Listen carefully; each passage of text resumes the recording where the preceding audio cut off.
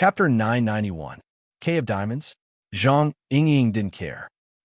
Boss is here. Boss Luo can also make up the numbers. What am I afraid of? F***CK. Brother Papercut is so ruthless. It seems that you were almost sliced into pieces by the Shangding building this morning. But I'm really drooling over Mola's type. It can be used to attack or defend, and it can also be used to attack or be useless. It's definitely a versatile style. Similarly, the active octopus also came online. When it came to the gossip of the extraordinaries, the atmosphere in the group heated up. Speaking of which, Her Majesty Empress Wu hasn't entered the deck yet. This edition should be in, and there have been a lot of changes in the past few years. Jin Buhuan, Jin Tong, Gong Qi, F***CK. I just found out that 2/3 of the people who need a change card are related to Luo Yuan. Boss Luo should also be in the deck. I think 2 of Diamonds is quite suitable. Boss Luo has always kept a low profile. He might not authorize the magazine. The sudden interruption caused a row of vomiting emojis to fill the screen instantly. Do you really think I don't read the group chat? Luo Nin swiped through quite a few pages and discovered that he recognized every single word on the page. But when they were put together, it was like reading a heavenly book. He finally couldn't hold it in anymore. Don't just care about killing and burying. Can you give me an explanation? Nowadays, intellectual property rights are all charged. Zhang Yingying took the initiative to retort. The quality of today's live stream is so good. It's so tiring to watch. It's not easy to memorize the words on the blackboard, and it takes a lot of electricity to record, okay? If it wasn't for Yingying's parent-child program, I would have gone back to sleep. Some people's explanations are too inhuman. In the end, they only care about their own experiments and don't explain anything. It's really embarrassing for us researchers. The octopus was also full of complaints. I was almost dragged to the Shangding building to be dissected. In the end, I was laughed at by that brat he donglu the entire way. Have you ever considered my feelings? Papercut was truly resentful. It was rare for him to be proud and pampered. After looking around, we know that our physical bodies have no human rights. As your senior brother, I don't have the face to tell my master. Shuelei joined in the fun. Red Fox was the simplest. There were also a few people who didn't speak, but they also entered the spectator mode. Luonin blinked. Then we'll arrange for small classes. It's free. I don't even want honor points. Don't be like this. Honor points are definitely needed. It would be better to give everyone a share later. Zhang Yingying made the decision on Luonan's behalf. Luonan was very surprised. Could it be that in your eyes, I don't know how to surf the internet? With so much free time, I'm about to find out who started Card Deck magazine. There was an awkward silence in the group for a second. Octopus quickly answered, I know. Deck magazine is controlled by the Mystical Information Society. It's a semi-official media organization authorized by the Star Alliance Committee. It said that the big shot behind them is Bai Hao. You know Bai Hao, right? He's a veteran extraordinaire. He lives in STEM City and works in the world government. He's the highest representative who connects with the inner world all year round. When you guys arrived at D-City, didn't you pay your respects to the Mountainhead? That's old news. After Bai Hao retired 2 years ago, he didn't seem to care much about things on the surface. That's why the Deck magazine has always wanted to launch a supplementary deck, but it's difficult to produce it. Out of the 80 to 90 extraordinaries, only 52 of them were recorded. They even keep talking about the authorization. In fact, it's hard to say if there will be a next issue. I say, don't you guys read the economic news? Bamboo Pole was very astonished at the knowledge and information sensitivity of the human evolved elites in the group. Yesterday morning, the Mystical Information Society already made an announcement. Deck magazine has already changed hands. Okay? The person who took over is also super high profile. What? Change hands? Bai Hao is holding the line in the back. Who would dare to take over if they aren't extraordinaries? Wouldn't they be worried that there'll be another shocking gossip like for the sake of the ghost card? Rabbi the Clown fights a secret battle with a High Lord. No, a natural disaster? Fuck, Blood Demon. Isn't this guy messing around? Following the transfer of the news link, the topics in the group once again deviated towards an unbearably chaotic state. However, Luo Nan, who was relying on himself to look up information, was already barely able to keep up with everyone's rhythm. At the very least, he already had a relatively clear understanding of what Zhang Yingying meant when she said square. Simply speaking, the recently chaotic deck magazine, which had a powerful background in the past, specifically targeted extraordinaries. It made a rather public, BA, ranking in the form of playing cards. They made it seem like they were wanted criminals. The above was Luo Nan's ridicule. The deck magazine's ranking logic was as follows. There were 54 cards in a deck. The big and small ghost cards weren't used. They were left empty to show that the most powerful were undecided. The remaining 52 cards were divided into 4 suits. Each suit represented a type of extraordinary powerhouse. Among them, spades represented powerful and balanced. They believed that this type of extraordinaries didn't have any obvious weaknesses. They were strong enough to ignore weaknesses. They were considered the most powerful type.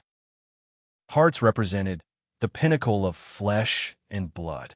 They chose people with powerful, fleshly bodies. Plum represented the profundity of the spirit.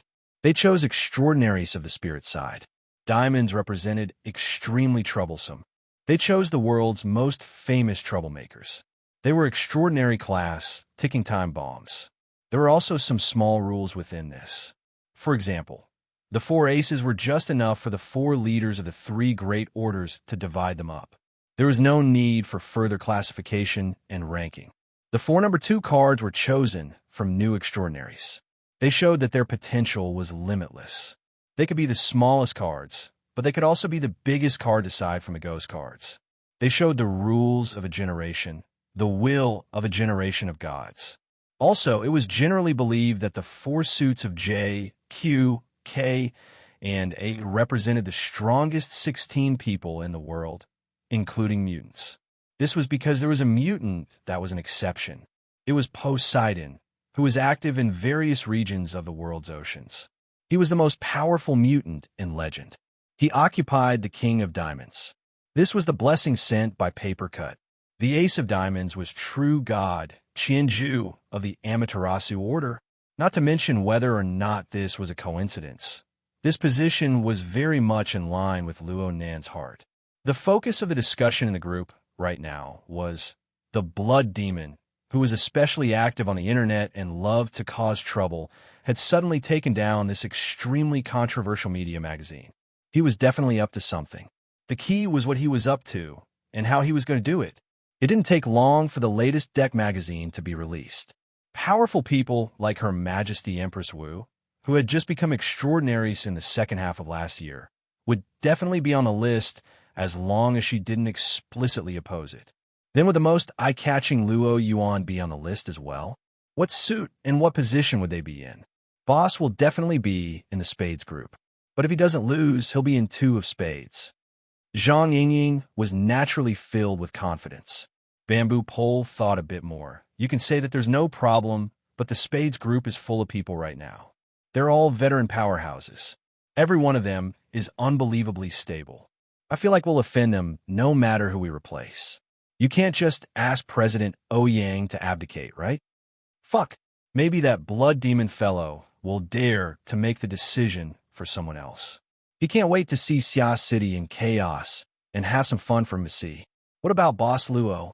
And that Mr. M.O. from Bansheng. So insincere. Isn't it boring? I'm talking about what suit? You won't admit it even if I tell you to feign ignorance. It's definitely 2 of diamond arrangement. My Miss Mola has been keeping a low profile lately. She's been cultivating her mind and character. She can totally be assigned to Plum Blossom. Bamboo Pole suddenly asked a question. Then how many cards do you think the sincere and smart Mr. Blood Demon will arrange for Boss Luo?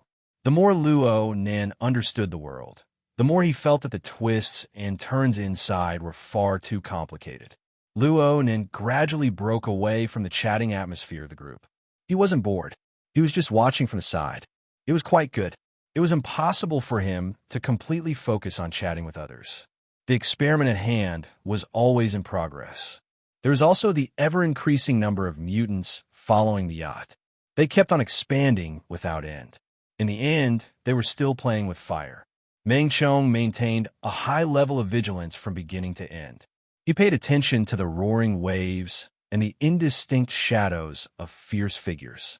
The mutants were all carnivores. In the surging and ceaseless biological chain of the ocean, everything was carried out in motion. Eating, resting, and even reproducing didn't conflict with temporarily following the yacht. If they were in the mood and were sick of eating meat, it wasn't impossible for them to flip this large toy on the surface of the ocean and pick and choose to eat some snacks. Moreover, there were too many tyrannical creatures gathered in a relatively small area. This in itself was harmful to their mental state. It was normal for their mood to continue to be irritable. Boss Luo, you're distracted again. What are you looking at? Luo Nin had forgotten that he was the focus of everyone's attention right now. This was especially true when he was still in video chat mode. A slight deviation of his attention would be exposed to everyone's eyes. There's a beauty next to him. Ying is giving out a lot of benefits right now. Boss, you're hurting people's feelings like this. Bamboo Pole was always the type to talk about things like this. Get lost. Zhang Ying turned the camera away in annoyance. She didn't let her overly cool outfit appear in front of others, but she didn't forget the current situation the yacht was facing.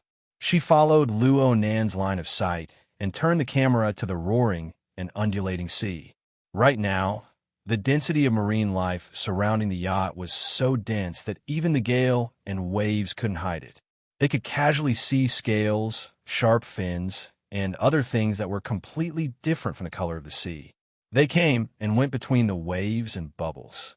There were even streams of blood that were wrapped in the wind and waves as they slapped against the yacht. Fuck. Octopus subconsciously swiped a stupefied dog emoji. The honest guy is furious. Brother Papercut, your curse has come true. Should I take it back? Papercut really did take it a bit seriously. Zhang Yingying's choice of camera had a very strong visual impact. It felt like the lead-gray waves of the ocean were a dense mass. It was hard to tell whether the waves were crashing against the yacht or these sinister marine life forms were carrying the yacht and flying on the surface of the sea. It wasn't just them. Zhang Yingying, who had already been mentally prepared, was shocked. How long has it been? How come there are so many now? Chapter 992. This doesn't seem like Tide Rush. It's too purposeful. It seems like there really is something attracting them, triggering their greed and restless emotions. Though Meng Chong had a physical body, the Blood Flame Order was a professional among professionals when it came to sensing and utilizing the extreme emotions of living creatures. Their words held great authority. Of course, in Meng Chong's mind, the greatest authority was right by his side. His gaze naturally turned to Luo Nan. Zhang Yingying saw this and suddenly came to a realization. Luo Nan, what the hell are you doing now? Luo Nan spread his hands. He didn't say anything, but he suddenly tilted his head. Do you guys hear something? Don't change the subject. Do you have ears? Oh, I was wrong. It's an oscillating psychic wave. It seems to be a cry for help. A cry for help? Who? Is there a ship in distress nearby? Zhang Yingying really did communicate with the cockpit as she spoke.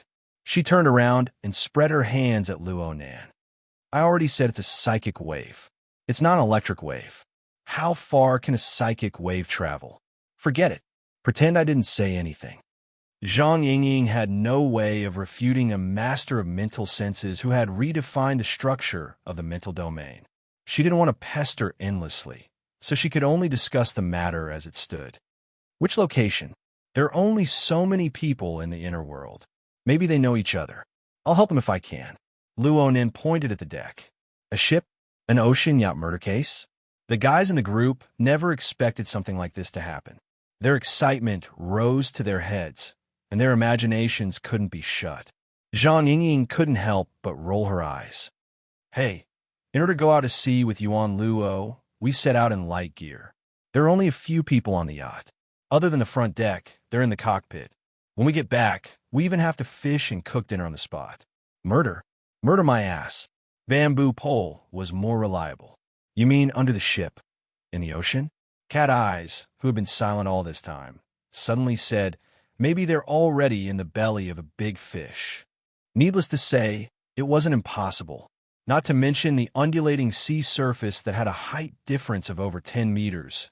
Even if the surrounding sea was densely packed with marine life, only 10 to 20% of them were mutants. It would be a fatal danger if one were to fall inside. Zhang Yingying knew her own limits. Just by looking at the situation, she knew that if she fell down, she could only scream for help. She saw that Luo Nan's mind was a bit erratic. Perhaps he was still trying to capture the exact source of the psychic wave, but she was not surprised. She turned her gaze to look at Meng Chong. Lao Meng? Zhang Yingying's deliberate closeness wasn't the main point. The main point was her intimate relationship with Luo Nan. So, Meng Chong bowed slightly and was very polite. The qi dynamic in the sea is chaotic, and extreme emotions are mixed together. I can't control the details better than you, so I really didn't sense it. However, if there really was such a spiritual wave, being able to keep up with the high-speed cruise ship and transmit it in such a noisy environment, it must have a certain level of strength and should also have an outstanding disguise method. If that's the case, I could have just taken advantage of the chaos to escape. Yet, I ended up in a situation where I had to ask for help. It's either that I ran out of energy and couldn't maintain my disguise for a long time, or that I've been locked onto by someone stronger. If it's the former, the other party should do their best to approach the yacht and attract our attention. If it's the latter, I can basically confirm that this is a conflict on the B-rank level. There are a few B-rank mutants in the surroundings, but there aren't many. There are even fewer areas of conflict. Meng Chan's way of thinking was quite rigorous, but there were still a few B-rank mutants. Zhang Yingying rolled her eyes again. But in this large ecosystem of the sea, Meng Chan's description was completely correct. This was especially true around T-City, the most important hunting ground for marine mutants in the world. So, was there a conclusion? Zhang Yingying looked at Luo Nan once more, but Luo Nan still didn't speak. Not only that, but his gaze was oddly cast toward the sky. It really was confusing. On the contrary, Meng Chong hesitated for a few seconds before his gaze turned to a certain location on the starboard side of the front deck. Zhang Yingying was very quick-witted. Her gaze and the camera followed at the same time. She showed great mercy and gave her friends in Xia City a live broadcast. The timing was just right. Only a second or two passed before a dark green shadow suddenly appeared on the side of the ship. It leaped out at a speed far exceeding that of most marine life forms. Under the dusky sky and sea, its body seemed to have been smeared with a layer of fluorescent substance. It was extremely conspicuous. However, everyone could more or less see that this was a natural radiation phenomenon when its spiritual power was fully unleashed. It clearly couldn't hide any longer and fled with all its might. What was that? The fluorescent light reflected a silhouette. It was malevolent and ugly to the point of stupefaction. It was like an extremely large spider covered in muscles. It stuck close to the surface of the sea and floated past with a whooshing sound. A water spider? Speaking of which, I saw a bull's head. Was it an illusion? With the current transmission speed of the satellite network, a relatively smooth image could still be seen. But once it entered the high-speed range, it would be so blurry that even one's own mother wouldn't be able to recognize it. Before the group of people in the group could struggle out of the low-quality image, a long gray shadow leaped out. The surging water around its body was like a high-speed water blade. It hummed and hissed, beheading countless shoals of fish in its path. A few muffled sounds of metal rubbing against metal could be heard in the middle. On my boat! Zhang Yingying's cry of surprise was only a foil. Most people's attention was still on the chase. The muscular spider in front looked huge, but its lightness was incredible. It moved on the undulating waves of the sea as if it was walking on flat ground. It was extremely agile, as if it could fly at any time. As for the one chasing behind, it looked like a conger eel or a sea snake. It looked fierce and violent, like a long spear or a giant axe. With a single movement, it could cut apart all living things in its path.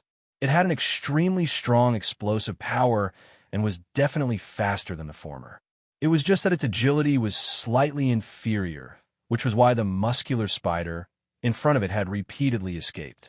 Perhaps that was why the muscular spider did not dare to go too far. It used the yacht as cover and circled on the surface of the sea. It really is a B class. Zhang Yingying was a little jealous. Generally speaking, the B-class spiritual side was easier to distinguish. It was based on whether one's consciousness could penetrate into the abyss and interfere with it. The standard for physical side was a little more vague, but turning nothingness into reality was definitely a hard bar. To be able to borrow power from relatively insubstantial objects such as seawater and the atmosphere, even with the addition of the racial ability, it was not too far off. After watching for a long time, everyone had absorbed enough images and began to distinguish some things. F***CK, a battleship slicing blade. Which one? The one behind? Obviously. Bamboo Pole was still at the level of an intelligence expert. In a few seconds, he had sent the information and relevant images to the group. Be careful, this kind of mutated blade eel is also a stubborn child. Its entire body is harder than gold and iron. Cutting the hull of a ship at high speed and causing a shipwreck is a common occurrence. Moreover, it is used to non-hunting killing, so there is no reason for it to slash people. If you could send this 10 seconds earlier, I would be very grateful to you. Zhang Yingying blew hard on her forehead to dispel the annoyance in her heart. The problem was that the hair in front of her forehead was already wet and could not be blown up. It was even more annoying to have it lying on her forehead. The starboard hull is damaged. There is no leakage right now, but it will be hard to say in a few minutes. Also, what is that deformed thing in front of us? Right now, everyone knew that it was not a spider and that the bull head was not an illusion. That fellow really did grow half a bull's body. Its muscles were knotted, and its head had a short horn, a long face, a thick nose, and a large mouth. It was indeed an enormous bull head. However, the area where the bull body and the spider body were connected swelled and deformed. It began to rapidly transform into the image of a spider, and the dark green fluorescence it emitted came from this area. 8 hairy claws extended out from the area where the body was connected. The tips of the claws were faintly discernible, looking extremely tough and sharp. Zhang Yingying frowned as she evaluated. This body structure is a bit like a human-faced arachnid. If that thing had a body, could it be called a cow-faced arachnid? This is a bull demon, the traditional demon form of Ban City. The one who responded to her was actually Luo Nan, who was destined to have no fate with Erudite. Zhang Yingying was truly shocked. How did you know? You've seen it in Ban City? You could say that. Luo Nan had indeed seen a portion of the roughly processed bull demon skeleton before. The processing factory of the Great Zay Order was most proficient in processing this kind of mutant material. The perfect skeleton that Luo Nan's main body needed to display its greatest combat strength was made from this material. You really are different now that you have experience. It was hard to tell whether Zhang Yingying's words were praise or sarcasm. Oh, right. Didn't you just say that someone was crying for help? How come a bull demon popped out in the end? Where's the person? Luo Nan raised his chin and once again stamped the scene of the chase, which had already circled to the rear half of the yacht. Actually, there was no need for confirmation. Many people, including Zhang Yingying, had already reacted. You're joking, right? That muscular spider, bull demon? Yeah, it's the one crying for help. It's been crying for help all this time. It seems to have recognized Her Majesty Empress Wu. You guys sense it carefully. You're getting more and more bizarre the more you talk. Zhang Yingying looked at Meng Chong. Meng Chong smiled wryly and shook his head. The mental domain is too chaotic. I'm not good at this. Luo Nan felt that the situation was very clear. This bull demon is very smart. It has some ability to communicate with people. It discovered that it was being chased and that its chances of escaping were slim. It simply fired psychic waves to tangle with us. Let's hope that Her Majesty Empress Wu can save its life. The chain of logic is quite complete. Zhang Yingying could only give this evaluation. It must be said that the level of intelligence of high-level mutants had always been the focus of research in the wilderness. Ever since the era of mutants, there were hundreds of cases of mutants and humans realizing the communication of consciousness. Be it true or false, these cases occurred every year. Zhang Yingying would not easily refute or deny a person of authority like Luo Nan. She just wanted to figure things out. You're saying that it went looking for the boss, and then you monitored it? Something like that. The boss didn't respond to it. Not at the moment. It should be. Indeed. Zhang Yingying looked at the exhausted appearance of the bull demon. If Her Majesty Empress Wu allowed it, then it wouldn't be like this. The boss didn't respond to it. Could it be that he thinks it's too ugly? He probably doesn't want to get involved in trouble. Zhang Yingying pursed her lips. I feel that letting it go would be a big problem. If we let that battleship slicing blade make a few more rounds, then it'll be our turn to send a distress signal. How far away is T-City? It's the standard way to throw our face into the Pacific Ocean. Luo Nin grunted. That proves that Her Majesty Empress Wu feels that interfering would be a big problem. Chapter 993. Zhang Yingying was startled. What do you mean? Luo Nan's gaze drifted erratically between the sea and the sky. What I mean is that we might have been targeted. At the very least, that ox demon has certainly been targeted by something. Of course, I'm not talking about that battleship slicing blade. It's not the battleship slicing saber. Are you saying that the battleship slicing saber is under someone's control? Yeah, he probably wants to rush to the periphery. Luo Nin responded unhurriedly. Right now, his attention only occasionally swept across the scene of the pursuit.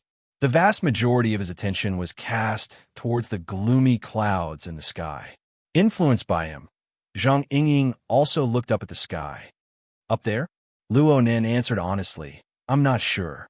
I just feel like I'm being spied on. Perhaps I can ask Her Majesty Empress Wu for guidance. Wait a minute, you said maybe. Both you and the boss are not sure? Zhang Yingying blinked her eyes. She finally grasped the main point of Luo Nan's words. Hey, think about the cage theory. You can't just randomly spout these words. That is the truth. Luo Nan extended his hand, and water vapor condensed on his fingertips. It seemed that he wanted to write something, but in the end, he dispersed it. Contact is a violation. It's one-sided. The other party has done it quite brilliantly. Zhang Yingying opened her mouth again. But before she could say anything, several messages had already exploded in the group. Not only did they come at the same time, but the content was also surprisingly consistent. Extraordinary. No way. Zhang Yingying couldn't accept it. According to the explanation of Luo Nan's prison theory, being able to exert unilateral monitoring on the mental plane proved that one possessed a clear advantage in the depth and breadth of mental senses. And who was the one being monitored? Luo Nan, the world-renowned master of mental senses. He was suspected to be an extraordinary. Her Majesty Empress Wu was a genuine extraordinary. To be able to make the two of them feel that it was troublesome and that they couldn't find the source of the problem, they could only look for an opponent at the extraordinary level. Not only was he an extraordinary, but he was also a master of the mental side, which was beyond imagination. It's not that exaggerated. Luo Nin knew that Zhang Yingying and the others were overthinking things. He explained a bit more. The opponent's senses aren't direct. It's just that it's very good at using the medium. The battleship slicing blade was one of the mediums. Many of the surrounding fish and mutants were the same. We still can't figure out where the other party is because a large portion of these living beings have already been tampered with. They are equivalent to preset sensors. In this way, exposing ourselves to these guys is equivalent to exposing ourselves to that person's eyes. These sensors only send out signals. They are everywhere, in the sky and under the sea. It's a mess. The one responsible for the surveillance should have a special frequency receiver that could receive and decode the signals. We can find the transmitter, but we can't find the receiver. That's all. Some of the more technical details didn't need to be discussed. Luo Nin just summarized. In short, we've been tagged. There's a high possibility that it's an extraordinary, but it's a strong enemy. Let's keep watching. Zhang Yingying asked, "What's the reason?" "There's the factor of distance. The psionic wave signal sent out should be very suitable for long-distance transmission, just like radio or infrasonic waves. From the looks of it, the monitor might be very far away. In addition, I feel that if they really have bad intentions towards us, they wouldn't have exposed themselves just because of a cow ghost. If it weren't for the battleship's slicing blade receiving a clear command to pursue, it would be very hard for me to detect the fishy nature of these mutants. Unfortunately, the command was very short. It was only for a moment. By the time I reacted, it would be hard for me to pursue them." Zhang Yingying still wanted to get to the bottom of things. In the end, what kind of trick is this? It's similar to a transformation of prosthetic. It's quite complicated to explain in detail. To put it simply, it's like inserting an antenna. Wouldn't it be more intuitive to say that it's a parasite? The phenomenon of parasites is quite common in the ocean. Zhang Yingying seemed to understand, but she didn't. "You're saying that the other side is using some sort of parasite to achieve the purpose of receiving and sending signals." "My God, what do you think?" Luo Nan shrugged. "I'll just observe more. Plus, this is just a preliminary result. I feel like this is the case. I'll have to follow up and observe the specifics. I'll tell you later." No need. No need." Zhang Yingying waved her hand over and over again. It was a bit difficult for the others to sort out clear clues from Luo Nan's words. Comparatively speaking, it was easier for them to open their minds. "It can't really be that, right?" Papercut began to brood over his own words. He grew more and more unwilling to speak. "How could there be such a coincidence? Didn't you just say that Diamond K is mainly active in the South Pacific? Nanster has been heading north ever since he left D-City. The routes have been staggered." The more Octopus put forth his arguments, the more guilty he gave others. Diamond K, Poseidon. Luo Nan had heard of this legendary mutant before. However, he was influenced by ancient myths and unconsciously thought of this fellow as a human. Now that he recalled the relevant information, he was actually unable to recall a more concrete image. He asked Meng Chong, who was beside him, "What species did Poseidon mutate from?" "A whale." There's no specific image. This statement was more or less outside of Luo Nan's expectations. "No." Meng Chong nodded slightly. "Yes. Legend has it that when Poseidon appears, there will always be gales and huge waves in the ocean. Large amounts of marine life are the precursors. He is one with the ocean. He is extremely mysterious." Meng Chong looked at the ocean when he spoke to this point. He was suddenly unable to continue speaking. A series of dull or dark emojis were sent in the group. Zhang Yingying glared at him. "Old Meng, we're doing this on purpose." Meng Chong lowered his eyelids. "That's what the relevant information says." Zhang Yingying choked. She was actually unable to refute. Luo Nan was very curious. "No one has ever seen his true appearance? Then how do you know if he's Poseidon or not? If someone wants to kill someone and steal their goods, they can just use a storm to push the blame onto him. Isn't that a bit too easy?" The truth is that it's very easy to confuse. It's said that within the small circle of extraordinaries, there are ways to distinguish if someone is Poseidon or not. However, there are also people who are very good at using this method. For example, Nick, the most vicious and evil pirate extraordinaire. It's said that he used Poseidon's name to do many priceless transactions. I think I've heard of this person before, but for an extraordinaire to be a pirate. Zhang Yingying sneered. It's because he did too many shitty things on shore, causing everyone to join forces to hunt him down. He could only hide in the ocean. Don't stray from the topic. Don't stray from the topic. Isn't talking about Poseidon straying from the topic? I really want to run a bit. Meng Chong continued to return to the topic of Poseidon amidst Zhang Yingying's grumbling. Because of Poseidon's mysterious characteristics, a kind of worship has developed in T-City, Two City, and other ocean cities. A few small mysterious orders have formed, and they revere him as the will of the ocean. Most of them are fragmented and unsystematic. But even under these circumstances, some rituals are effective, and they are quite consistent. With this evidence, We can basically be certain that there is some sort of extraordinaire power watching the past in the domain of orders. I'm sorry. This is too anthropomorphic. Perhaps it's more objective to call it resonance. Luo Nen keenly grasped the strand of meaning within Meng Chong's words. You're comparing the will of the ocean and the will of the blood flame? Meng Chong hesitated for a moment, but he still said, the personification of faith has never been what we want. Luo Nen nodded. The vast majority of the world doesn't change based on people's desires. However, in a place as small as Earth, I also feel that it's very tasteless to call oneself a god. Everyone could hear that Luo Nan's words had stirred something, but no one could guess the specific trigger. Whether it was the front deck or the group of friends, no one responded for a time. In the end, Luo Nan laughed. Since you're not sure which one it is, then don't put your mind into pondering over the most troublesome part. Poseidon certainly isn't the only extraordinaire level mutant in the Pacific Ocean, right? That's true. Just the South Pacific alone is a bit more active. You can put together a table of mahjong. I won't play mahjong with him today. Zhang Yingying gave him a virtual kick. Forget it. I'll go ask the boss and see what she says. Maybe she already knows what's going on. Meng Chong spoke at practically the same time. Mister, it won't be easy to disperse the shoals of fish and mutants that have followed us. But it's best to especially deal with that cow ghost. What Meng Chong said was a prudent argument. It was very clear that the cow ghost was a key point. Before the other side showed any obvious hostility, it might be better for both sides to chase the unstable factors far away. Luo Nen went, before he could respond. Not too far away on the surface of the sea, the cow ghost made another turn as it fled.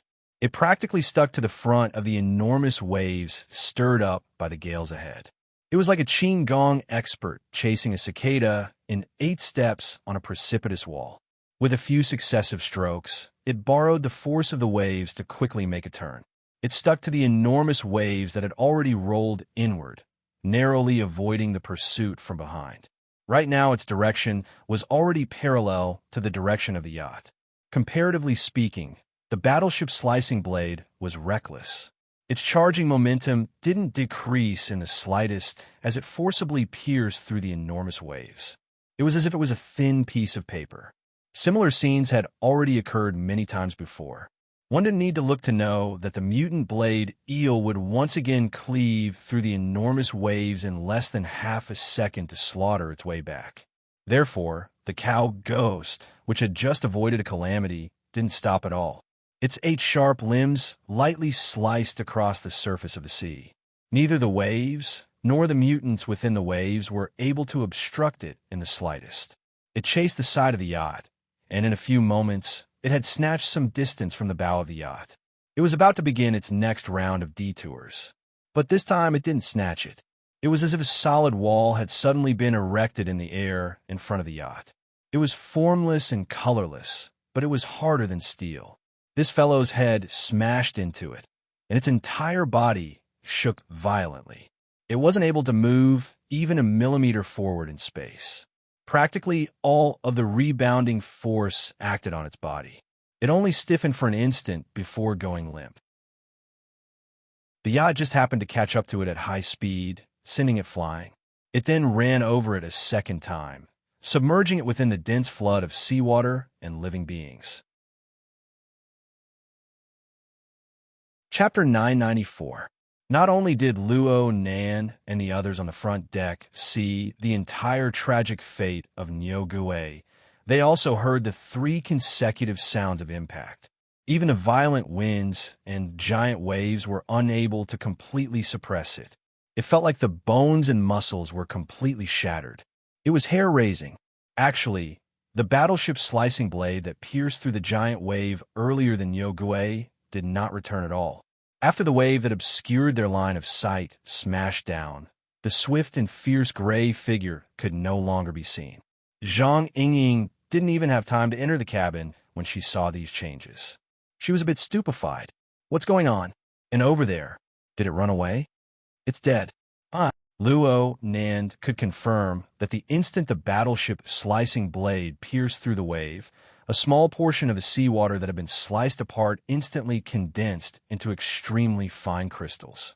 It formed a hollow blade ring along its path of travel, and the internal diameter of the extremely sharp crystal tip was just a bit narrower than the battleship slicing blade. The body passed through from head to tail, the abdomen was cut open, and the back was completely torn apart. If the body was going to be put into the pot, then a few more cuts would have been enough. Luonin grinned. Her Majesty Empress Wu was truly ruthless. Both techniques were simple to the extreme, but the crystallization of the body and the diamond wall of energy were both sharp and hard. They were practically done to the extreme. This was the effect of pure material conversion, but it was created by the extremely efficient mutual interference between the mental and the material. Luonin could only see this.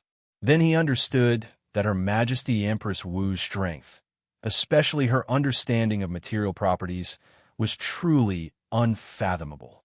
No wonder she was able to invent a godly technique like the condensation ring. Luonin couldn't help but think at times like this. This lady just became an extraordinary half a year ago. She must be lying, right? Regardless of whether she was lying or not, Her Majesty Empress Wu was undoubtedly doing this to express her attitude. She was expressing a meaning to the fellow spying on her in the dark. She had no inclination for now, but she was seriously dissatisfied.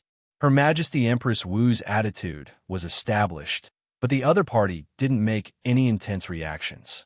However, the feeling of spying still remained. It was extremely stable. Well, it would be strange if it wasn't stable. Zhang Yingying received a call at this time. Boss says that this is a coward. She doesn't have the mood to care about him. She'll leave him to you. Oh, okay. Luonin answered quite delightfully. Luonin had no objections to the arrangements of Her Majesty Empress Wu. After all, the abnormal gathering of marine aberrations that serve as the spy tool for the so-called cowards was mostly his fault. Of course, he had to bear part of the responsibility. Besides, he did not want to simply drive them away and clear the area. On one hand, his experiment could not be interrupted. He knew that there were problems with some of the experimental subjects, but time was tight and the experimental conditions were limited. It was not easy to gather a large number of experimental subjects, so he had to be careful every minute and second. On the other hand, it's really interesting. He was studying the magneto-optical mica, which had a high degree of interference with the will of living beings, when a fellow who also had some kind of control ability followed him without a sound. Is it a coincidence? Luonin didn't quite believe it, even if it couldn't rise to the level of a conspiracy theory.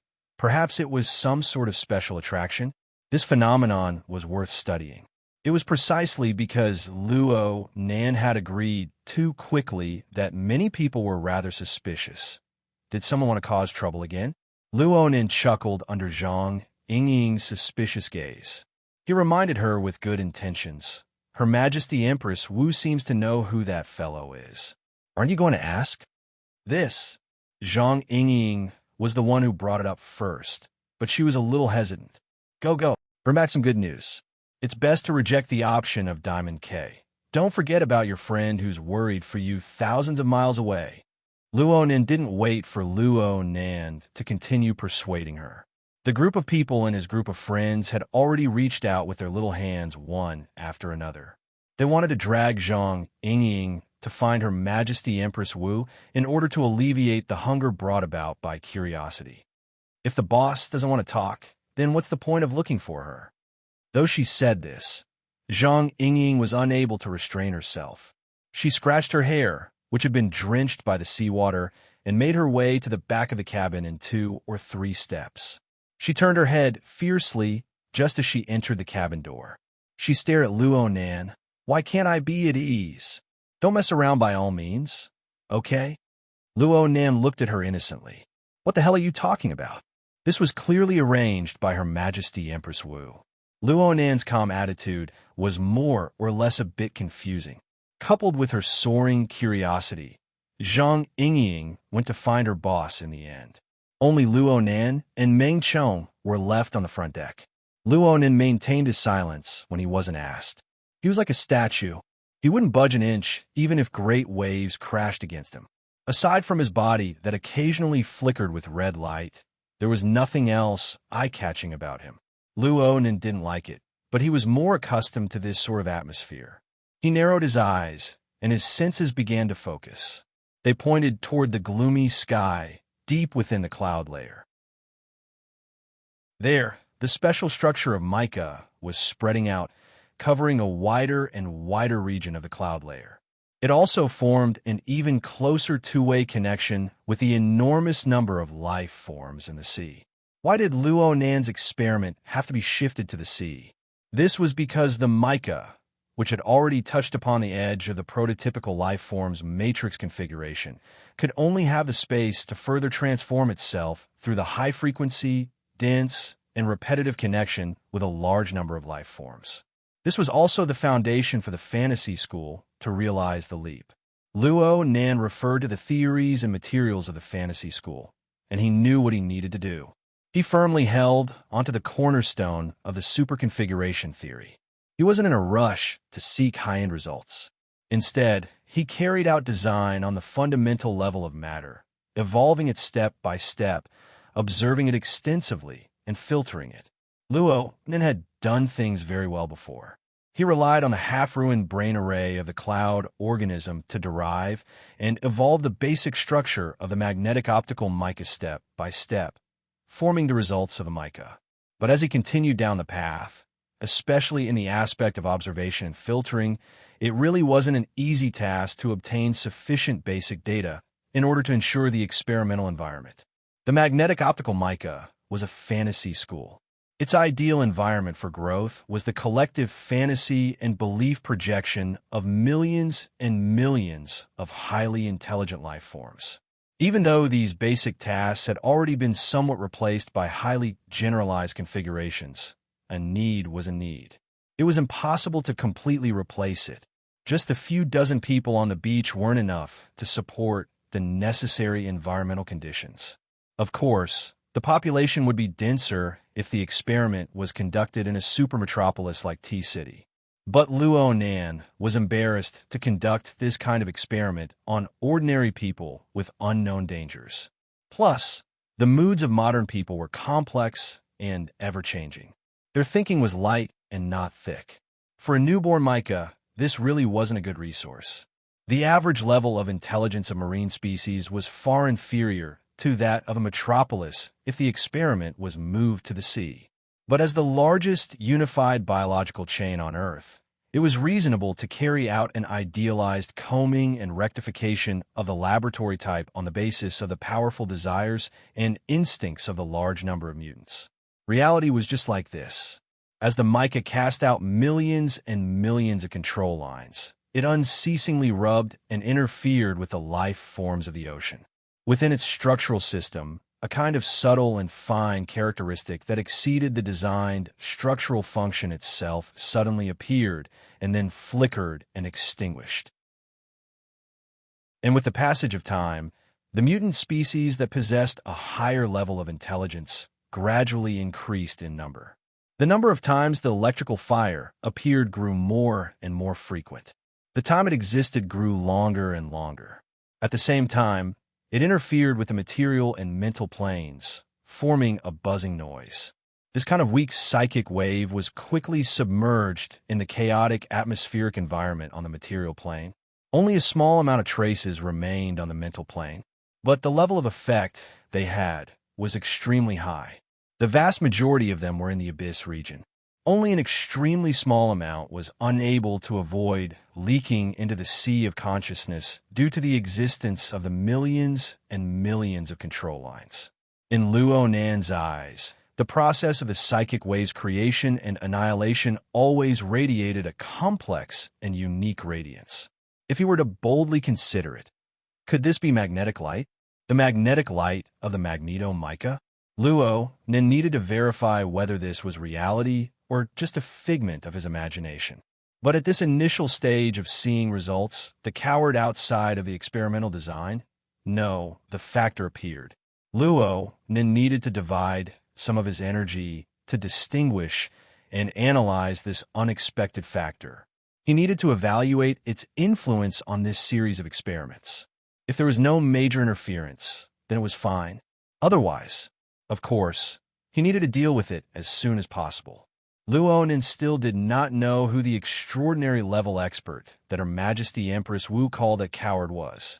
He was unable to find its specific location, but it wasn't completely impossible to say that he had no understanding of it. From Luonan's perspective, the characteristics of the extraordinary were quite easy to identify.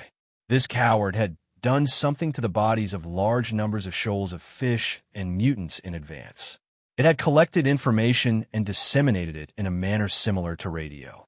Then it was received, making it impossible for others to determine its location. However, the collection, aggregation, and transmission of information were not the natural abilities of these marine life forms. In order for them to complete this task, some modifications were needed, more or less. In a similar situation, some organizations of orders, such as the two members of the Amaterasu Order in Luonan, sometimes use the method of believers. They use the power of faith on the mental plane as a base to build a kind of super-connection structure in the pure mental domain. Then it seeped downwards to share the perceptual framework of the believers, achieving the effect of what you see is what I see. The super-connection of the believers was relatively restrained. If the god only used the perception of the believers in a pure and one-sided manner, and if the god did not interfere frequently and forcefully, it would be hard for Luonan to detect it. Walking on the street, one could tell who belonged to who order with a single glance. Who was a believer? In any case, Luonan was unable to do it. But clearly, the coward didn't use this method. Luonan raised his eyes to look at these marine life forms. The modifications they received were relatively more extroverted. At least, this was what Luonan believed. Chapter 995. At this time, Luonan's telepathic thoughts were shuttling in and out of the cloudy mica. They flowed through the millions and millions of control threads, and they even followed the control threads to pass through the surrounding marine life forms. Most of the time, he looked at the whole, but he would sometimes focus on the individual. From his perspective, perhaps a single control thread was nothing. But when these nearly incorporeal threads formed groups and bundles, they stroked the boundary between the material and the mental. They permeated into the body and soul frame of every living being. They actually had quite the effect of a syncopator. This kind of infinite syncopation, infiltration, and even dissociation towards the fundamental level was like the most thorough X-ray vision. He could clearly see the inside and outside of the target. At the same time, he used his high sensitivity towards the superconfiguration system to unearth the deeper meaning of the system structure behind the basic module functions. Under this kind of clairvoyance, the whole and the individual reflected and analyzed each other. The targets that had been tampered with, what kind of differences existed in the depths of their body and soul structure compared to a normal life system? What kind of commonalities did these differences manifest? How did the individual operate? How did they integrate with each other? All sorts of things were peeled off layer by layer, appearing clearly. After seeing so much, Luonan wasn't too sure if this was the ability of the mica itself, or if it was a reflection of his own thoughts, or if it was a completely new system that interfered and influenced each other. From the looks of it, the possibility of a complete restoration of the magneto-optical mica was very low. For configuration designer, certain signs were like sprouts that had just broken through the soil. Even if it was in its initial stage, whether it had grown crooked or not, and how it was nourished, Luonan could roughly see it. Luonan couldn't help but ponder a bit more. But these thoughts only flashed in his mind before they were soon annihilated. This was because this was something unavoidable. Using the natural evolution mode of primal chaos meant that one had to bear this kind of result. Cosmic object analysis. He had always been used to this kind of joke. If a magneto-optical mica could be casually replicated, then the sky of the heavenly Yuan Empire would have long been covered by mountains of clouds.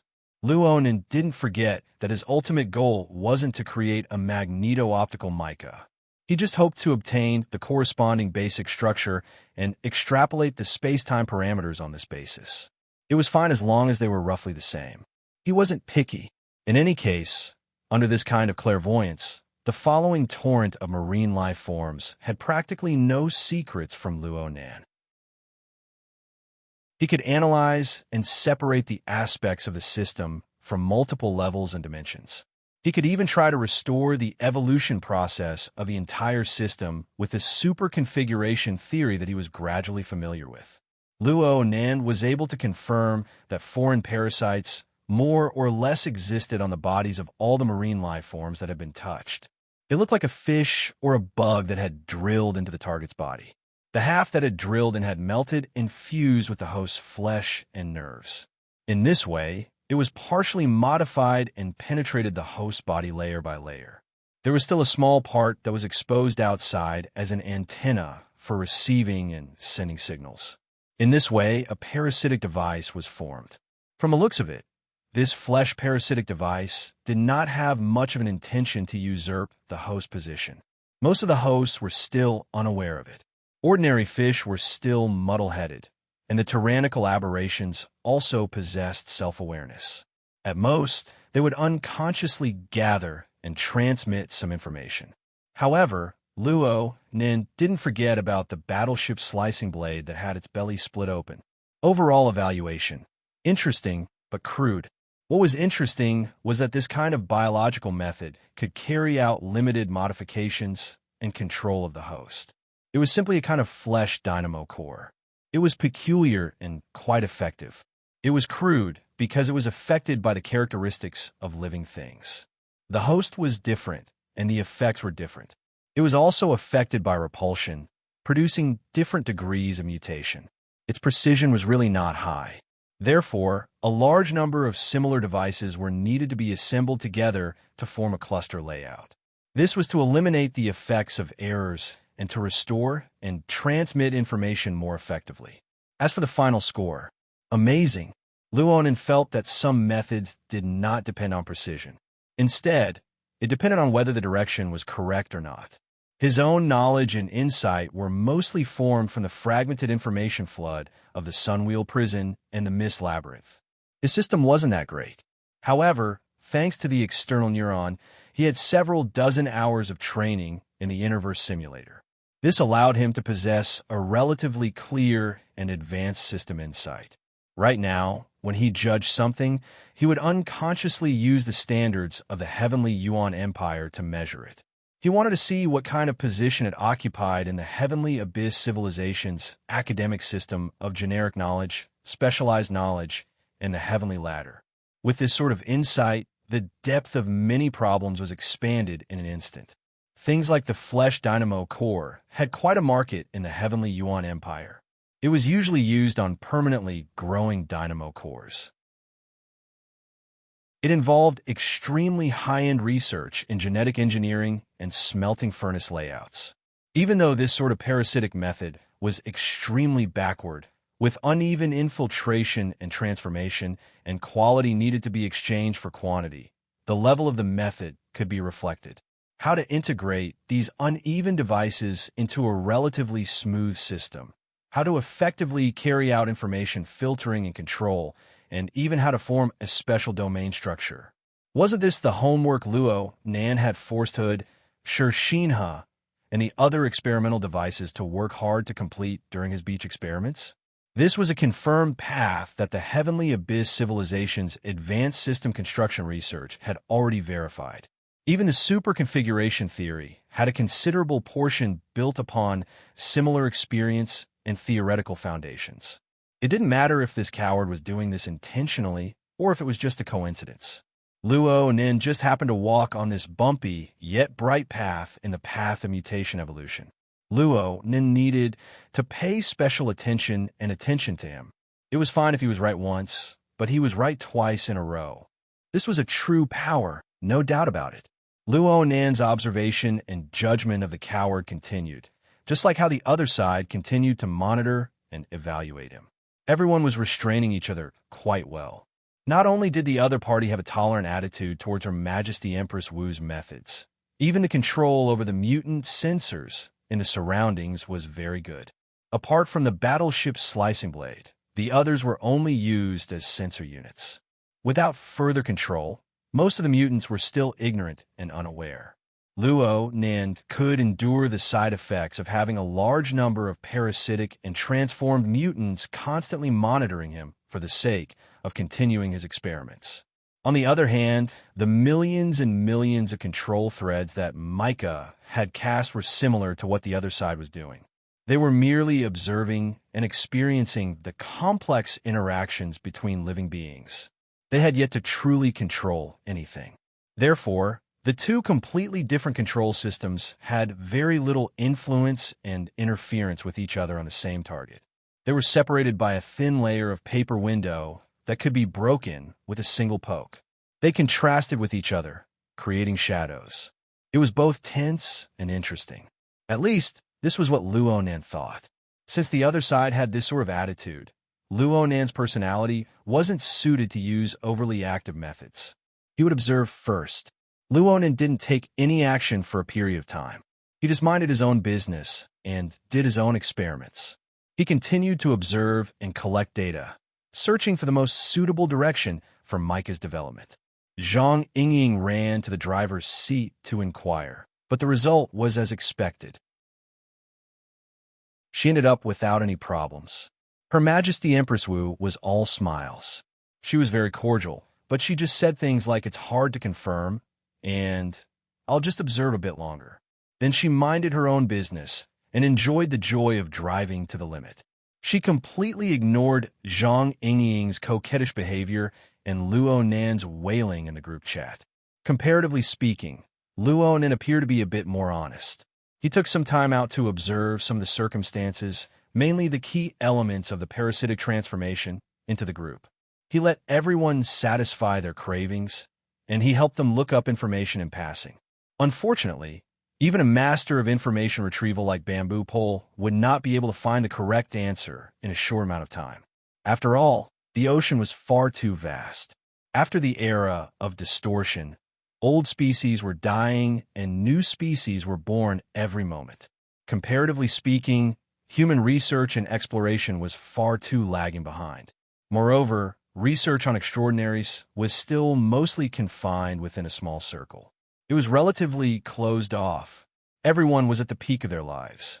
No one was willing to place themselves on the dissecting table so early, right? The work of clarifying the identity of the coward had temporarily come to a standstill. Luo Nan didn't pay too much attention to it. Right now, his main focus was still on researching and collecting more basic data. He wanted to experience the special life and death mechanism of magneto-optic. He wanted to attempt to use superconfiguration theory to explain and restore it. Or perhaps, he wanted to give it a more concrete configuration. Frankly speaking, his progress in this area was even more stagnant than his work on identifying the identity of the coward. Luo Nan knew where the crux of the problem lay. Less. Right now, there were already 70 to 80,000 marine life forms built around the yacht, including ordinary shoals of fish and mutants. They formed a shallow sea life zone that extended for several dozen nautical miles. There was no lack of powerful C rank and B rank life forms. They had already begun to rely on their instincts to occupy territory and food. Conflicts of varying sizes erupted in the hundreds. It wasn't an exaggeration to say that the sea had turned red along the way. There were countless corpses. Luo Nan heard from Zhang Yingying that this abnormal gathering had already attracted the attention of the Coastal Defense remote sensing satellites. They had already made 3 or 4 phone calls, but they didn't follow up after learning that Her Majesty Empress Wu and Luo Nan were here. But the problem was that the number of creatures squeezed together was close to 100,000. Compared to the growth and evolution requirements of the mica, the base number was far too small. After all, the base number of normal magneto-optic mica to help it grow was in the hundreds of millions. Of the 70 to 80,000 life forms, the majority were low-end shoals of fish. On this basis, rubbing the psychic waves of magneto-optic metamorphosis could only be done. They flickered and disappeared. They weren't on a large scale. Even observation was strenuous, let alone analysis and reconstruction. Luo Nan had tried his usual method of sketching, hoping to trace and leave an image of the magneto-optic. However, the life and death of the magneto-optic were indeterminate. Even though it flashed in his mind thousands of times, it was still specious. He couldn't find a place to start. Luo Nan tried a few more times. He felt that his fingertips weren't condensing water vapor. Instead, they were spurting out electric fire. They crackled and splashed. It was a complete mess. Chapter 996. Calm down. Calm down. Even with Luo Nan's temperament, it was hard for him to not be a bit impatient after failing so many times. Fortunately, he reacted in time. He realized that he was a bit impatient for success, so he calmed down a bit. He simply split a bit of his energy to compare what he saw at the moment. He casually picked up his pen and drew a simplified sketch. He borrowed the hexayear several thousand kilometers away to copy it and send it to his group of friends. What the F***CK? The group of people who were searching for information or simply shouting 666 to the side accidentally saw that Luo Nan had personally sent the message. It was a hand-drawn sketch. Those who knew of Luo Nan's current state felt a chill at the back of their heads. They felt that Luo UI might crawl over from the internet in the next moment to chat with them face-to-face. Shuelei didn't think too much about it. He was just curious.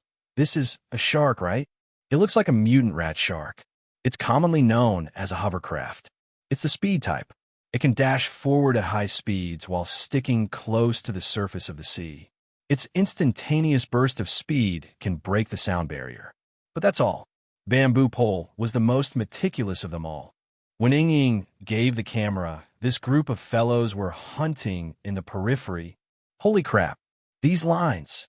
You have quite the heavy taste. Octopus timely complimented.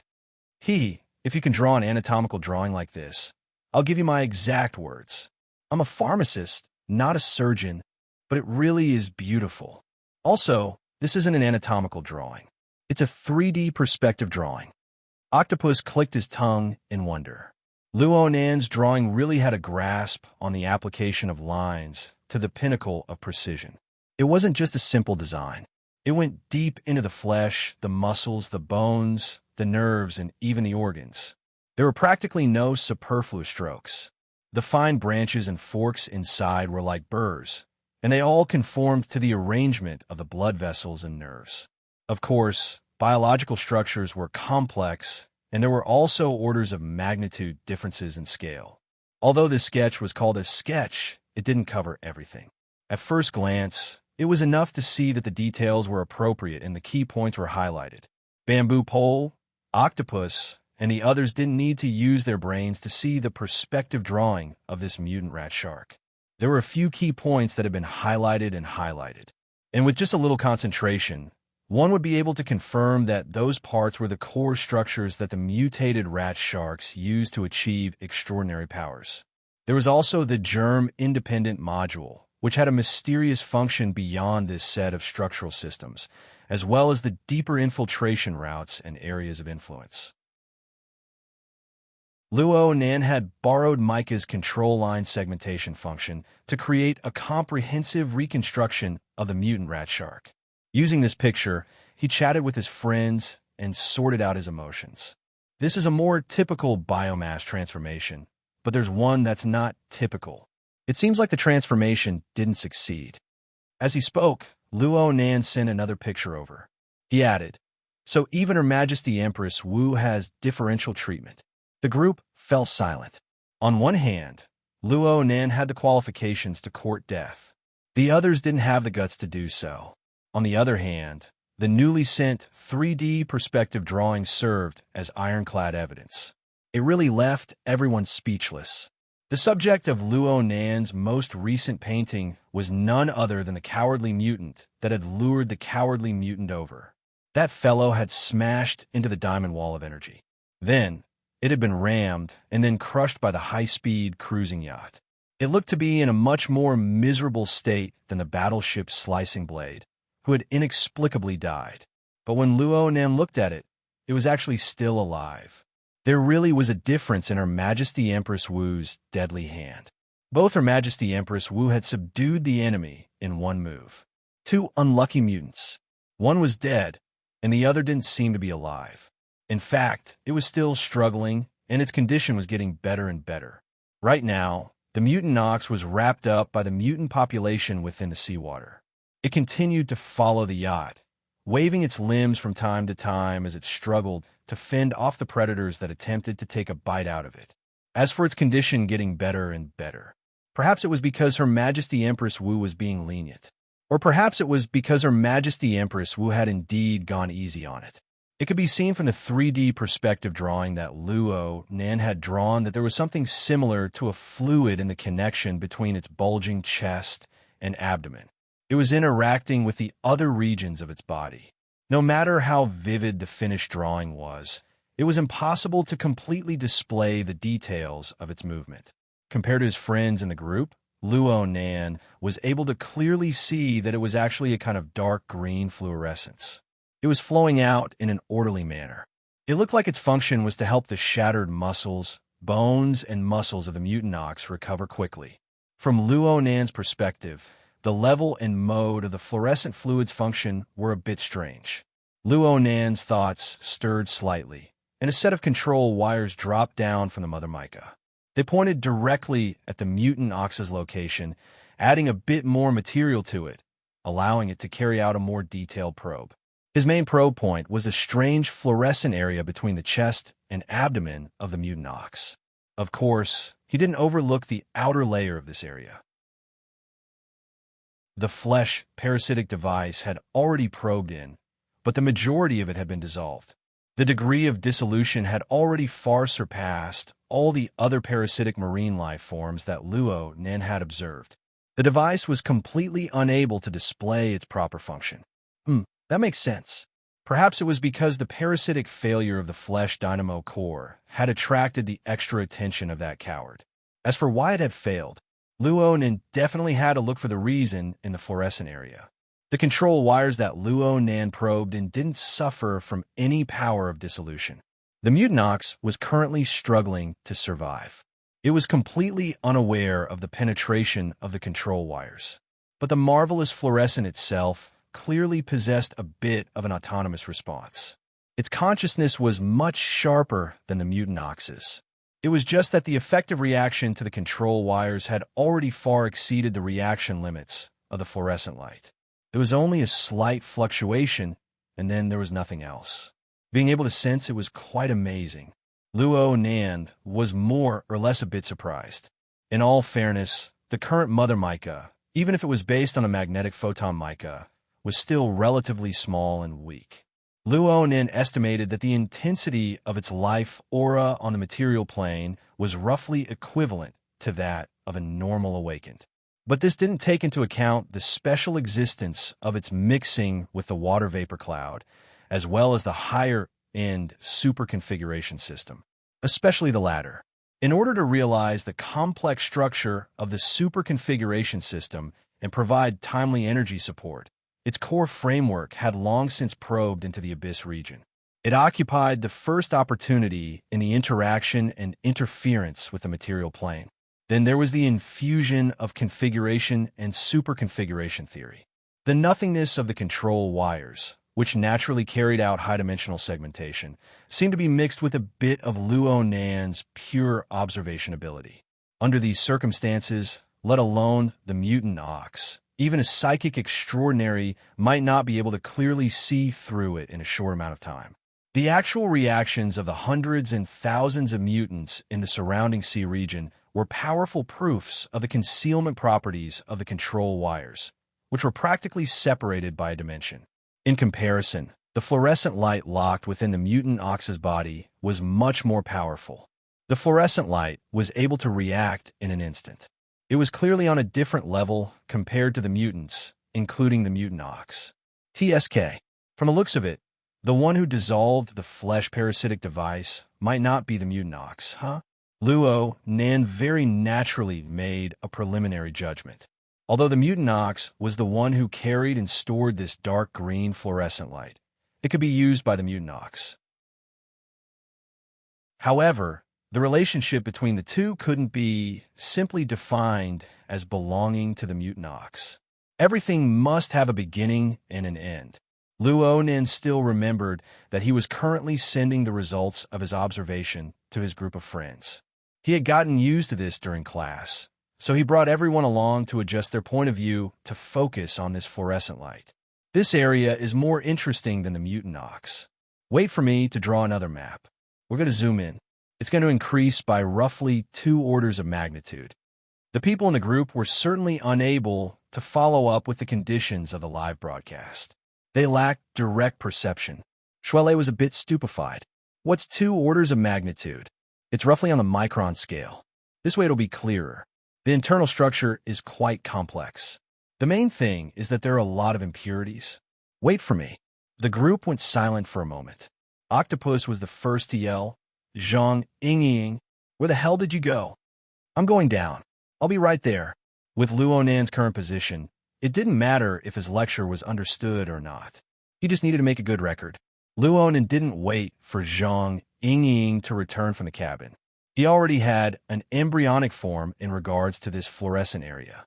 He turned the sketch around and even made a keynote. Look, the vast majority of these are impurities. If I'm not wrong, this is the interference structure of the mutant ox's own strength. Only this little bit, the place I've marked, has a core effect. This is a bit like a super inferior version of the dripping sword. Although there are many configurations, the only one that has eternal value is the condensation ring and nothing more. We're kids these days, all this straightforward when it came to courting death. Luo Nin wasn't aware of the unspoken criticism of his friends in the group. He was just discussing the matter as it stood. Let's continue down. The precision needs to be increased. Wait a moment. You speak as if you're pressing a button.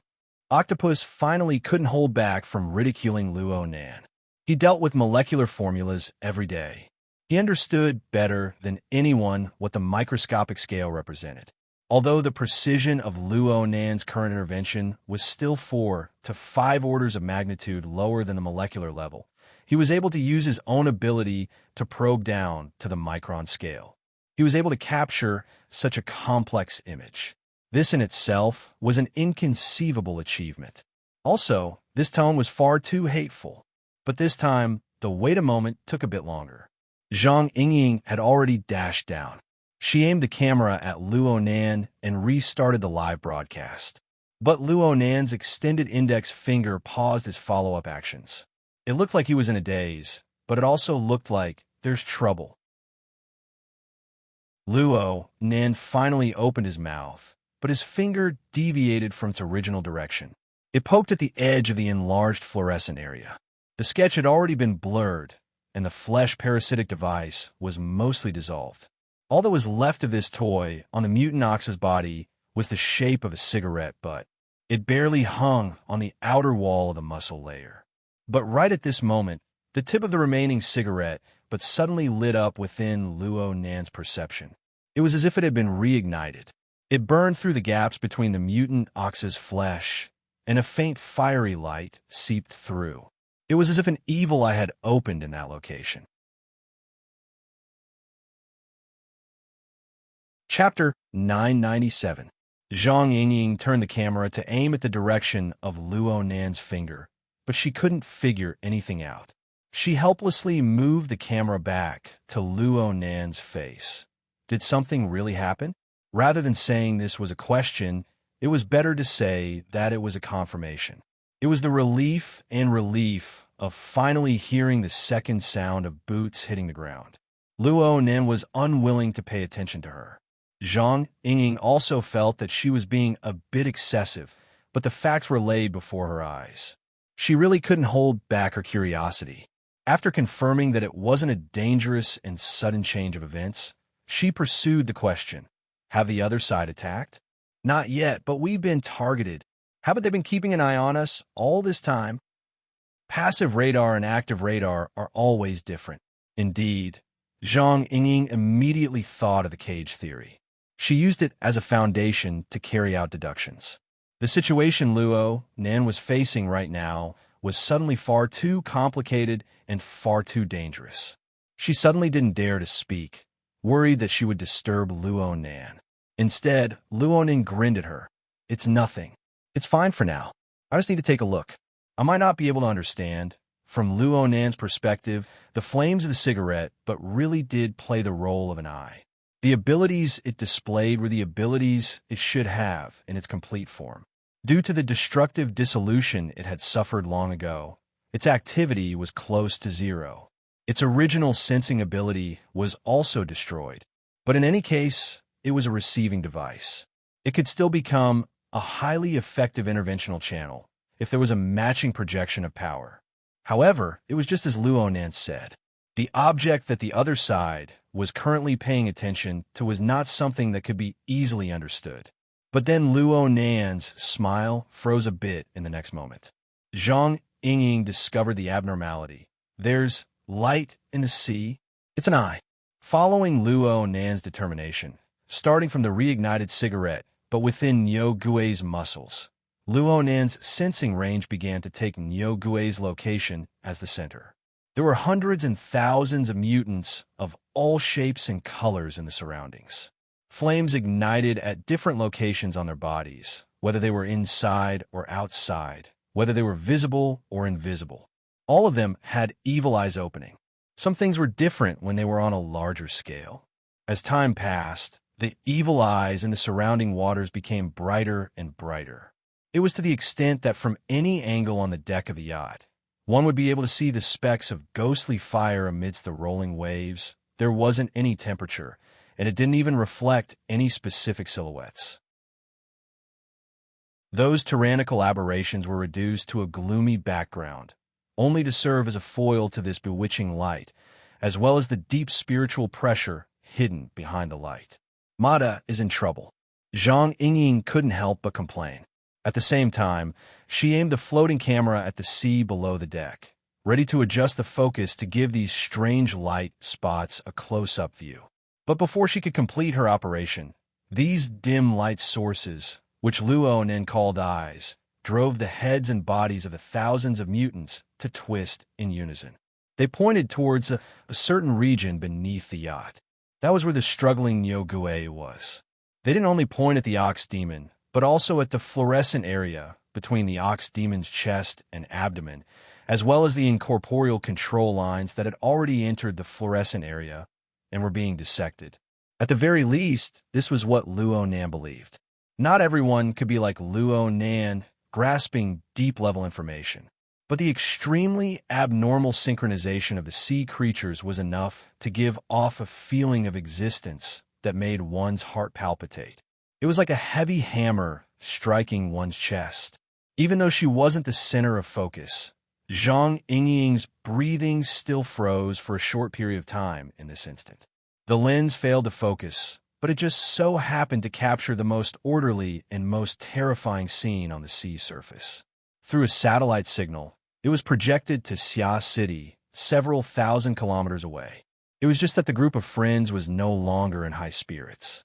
Anyone could see that the situation on the sea surface had already reached a point where it could explode at any moment. In reality, at the moment when the evil eye suddenly revealed itself, the inevitable contact and collision had already arrived. Frankly speaking, the opponent's performance so far could be considered restrained. No matter how their methods changed, their goal was most likely just to take a look. The problem was that when it came to matters on the mental plane, hidden was hidden and visible was visible. When the power behind the scenes transformed from hidden to visible, direct contact was placed right there.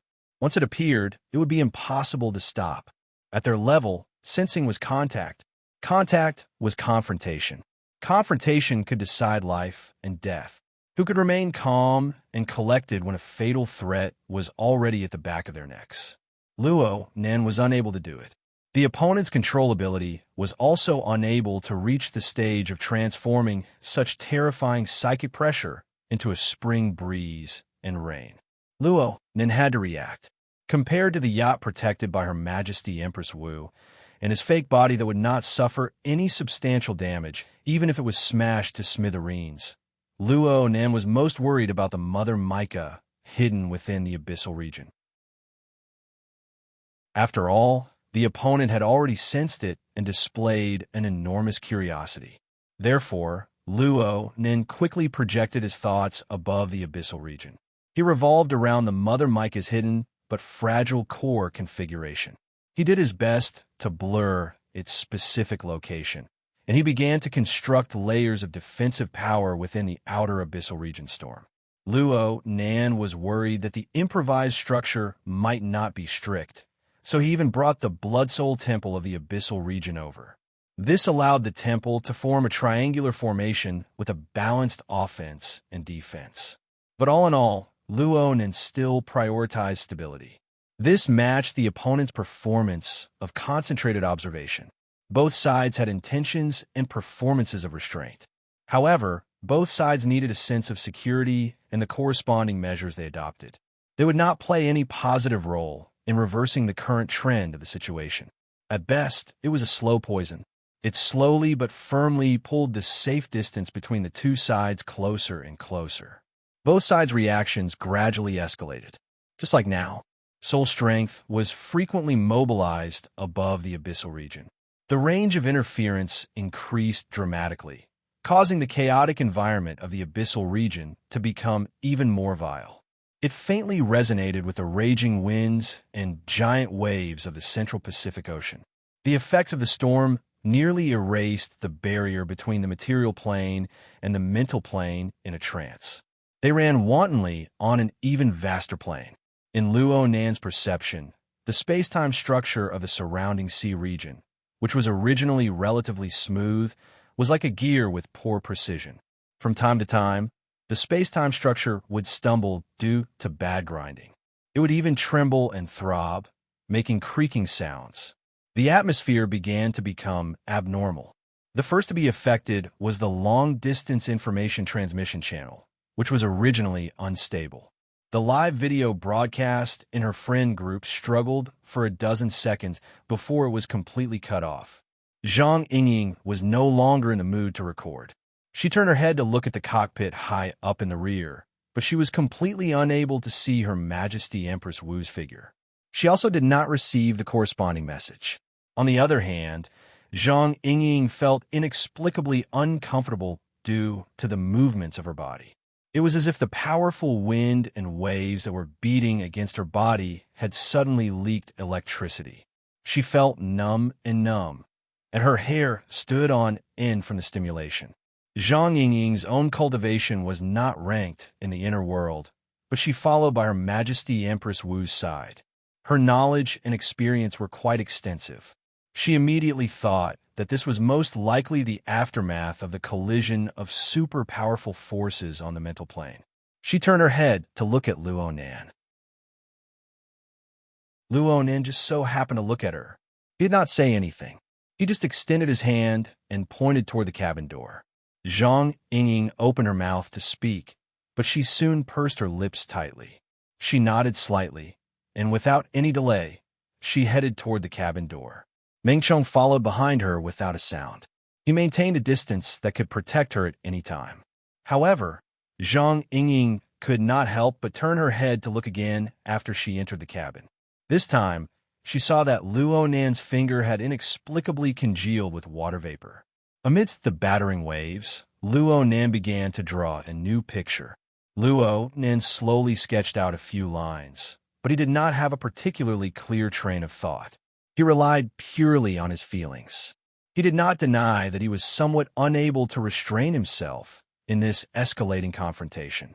And the confrontation mode on the mental plane was destined to be one where seizing the initiative in terms of distance and level was the only feasible strategy. Right now, the other side was certainly the one taking the initiative, but that might not be the case later on. The traces of the other side's power taking the initiative to interfere increased due to the activation of the evil eye. This allowed Luo Nan to capture a few directional clues that penetrated through the void. The other side was actually extremely skilled in disguise. It was able to fully utilize the special environment of the abyssal region to create all sorts of labyrinth-like illusions for the projection of soul strength. By the time it truly sank into the sea of consciousness and made direct contact, The other side was already a greatly distorted and abnormal existence. However, how could Luo Nan's innate ability of pure observation, which came from formatting theory, be just for show? These confusing methods really didn't have much meaning to him. The reason why he had yet to find the other side was because he had broken the soul cloak himself. The current range of coverage was far from its peak. But then again, the soul cloak didn't seem to be a fatal influence to a psychic. Plus, there was still Mother Micah. Mother Micah's action of unleashing the control lines could be said to be obeying orders. It could be said to be an instinct of existence. To a certain degree, it possessed a certain degree of autonomy. Therefore, no matter how Luo Nan's thoughts changed in the void, no matter how the tens of thousands of bright and dark evil eyes lit up the sea of consciousness that closely interfered with the surrounding sea of consciousness, Mother Micah continued to throw out control lines. Because of the sudden activation of the evil eye, it naturally added a few more waves. The parasitic devices of flesh and blood were segmented on a deeper level. It must be known that the segmentation of the control lines had never been a matter of fact. Instead, it rapidly advanced towards a deeper domain. This was tantamount to giving Luo Nan another dimensional reference. Therefore, Luo Nan felt quite good. He felt that perhaps the answer had already appeared halfway through a picture. In fact, there was a faint shadow in Luo Nan's mind right now. It's better for everyone to be a bit more fair. Luo Nan muttered to himself. The lines of his pen were practically flying. But then there was a pause. At the same time, his finger, which had transformed into the tip of the pen, was broken. The fine water vapor collapsed, and Luo Nan was stunned. Actually, on the mental plane above the abyssal region, the collision between the two sides didn't give them any leeway to be stunned. They directly formed the most intense collision reaction. As for the material plane, the first to suffer were the aberrations around the yacht. The tide of living beings of tens of thousands, hundreds of thousands, were like a wave of high-voltage electricity. They violently twitched and pulsed as they broke apart. Enormous yet deformed and ugly flowers bloomed. Chapter 998. The collision in the abyss region and the impact in the sea roared, interfered, and resonated with each other, separated by a paper-thin boundary barrier between the mental and the material. The collision originated from the abyss region, but compared to the highly chaotic storm environment of the abyss region, the magnitude of the changes on the material plane was greater. The kinetic energy formed was fiercer and more direct. Close to 10% of the 100,000 marine life forms that were instantly electrocuted were aberrations. They weren't dead fish on the chopping block. They had suddenly suffered an unexpected calamity. They were stupefied, but most of them had their ferocious nature aroused. They couldn't do anything to the yacht for the time being. They also suffered the impact of the terrifying psychic pressure. They instinctively felt a bit fearful of the collision and interference in the core region. They scattered outwards one after another for a time, but they soon strangled each other again. They massacred each other in the surroundings. Whether or not one could survive under the extreme chaos depended on one's strength and luck. For example, the aberration rat shark that had just become Luo Nan's target didn't have the chance to display its speed advantage in the sudden eruption of chaos and slaughter. It hadn't recovered from the rigidity of being electrocuted before it was submerged by the dense school of fish that swarmed over. It never floated up again. This was an insignificant corner of the bloody chaos in the surrounding sea region. Moreover, it was only a superficial phenomenon. Luo Nan wasn't paying attention to the chaotic scene or the resulting casualties. Instead, he was paying attention to the more subtle changes on a deeper level under the impact of the intense, bloody, and violent emotions. These marine life forms, especially those aberrations that were parasitized, had violent emotions bred in the bloody environment. They stimulated the body and soul framework in reverse, affecting the flesh and blood parasitic devices. Not only did they not cause distortions, they were like a wave of reverse charging, causing the myriad of evil eyes to become even brighter. Even more changes were reflected in the deeper regions that the naked eye couldn't see. The state of the marine life forms was changing. The segmentation of the mica naturally penetrated deeper, performing a deeper segmentation on the flesh and blood parasitic devices. Therefore, Luo Nan could see that these flesh and blood parasitic devices, or perhaps the flesh and blood dynamo core, were more in line with Luo Nan's aesthetics. These little things seemed to have activated their hidden mechanisms under the restless emotions of their hosts. They became more active, more proactive, and more direct. They induced their hosts to quickly burn their life force. While they provided their hosts with extraordinary strength, they also compensated for their low-end flaws and raised their upper limits. Luo Nan felt that they could even faintly form the embryonic form of an array under the premise of being piled up in quantity. And the structure of this array was not the straightforward and invincible military array of the Bloodshed Land. Instead, it was more similar to the domain of extraordinaries, which was more suitable for handling high-level power. It was also in such a domain that the tyrannical power of the coward from afar began to approach, oppress, and transform. This was something that couldn't be seen in the natural equilibrium state of the group of mutants. Speaking of which, that coward might have really restrained himself earlier. This kind of berserk state should be the normal state of the flesh dynamo core. In addition, Luo Nan discovered that the number of evil eyes that opened grew larger and larger, and the visible brightness grew stronger and stronger. But this part of the sea grew darker and darker as a whole. The sky had indeed darkened, and the Pacific Ocean region near the equator had gradually become nighttime. But Luo Nan believed that the most important factor was the radiation effect of the power of the coward who had entered the arena. The densely packed evil eyes were the most eye-catching targets above and below the surface of the sea.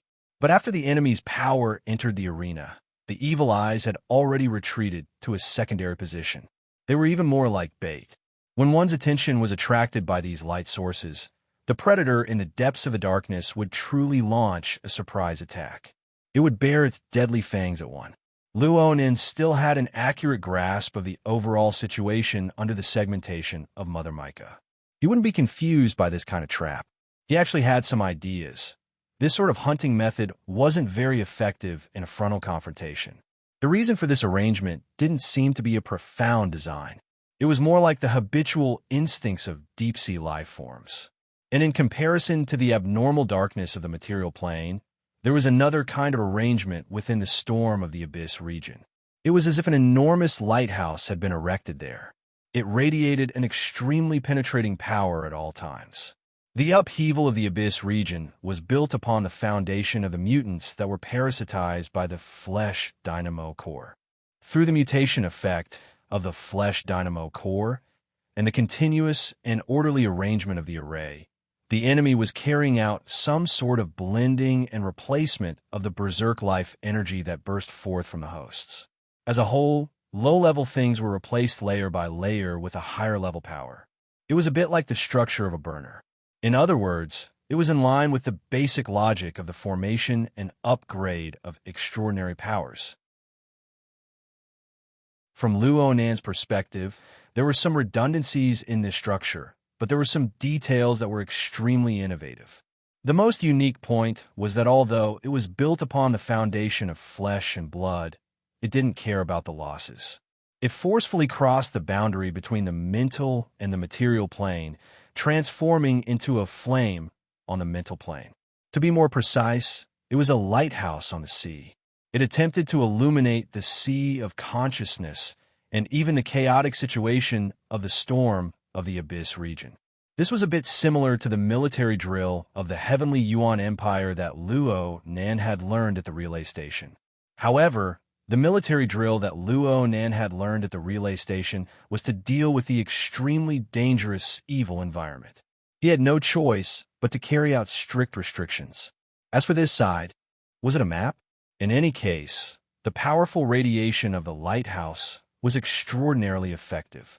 Perhaps it was because this spiritual lighthouse that was formed from aggregation was different from that of a single ability user. It didn't have a clear direction and purpose. It projected its light in all directions. The radiation method was relatively even, without any bias.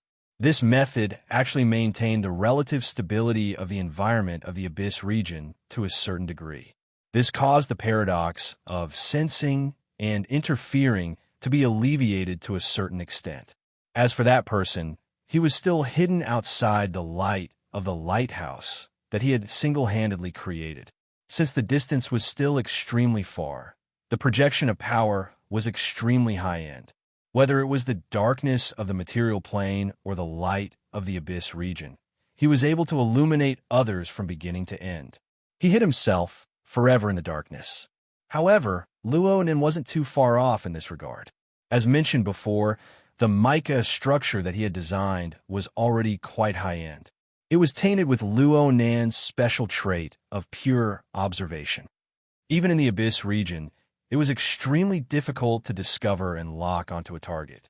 And Luonan himself didn't build a solidified configuration in the Abyss region. Right now, he was just improvising.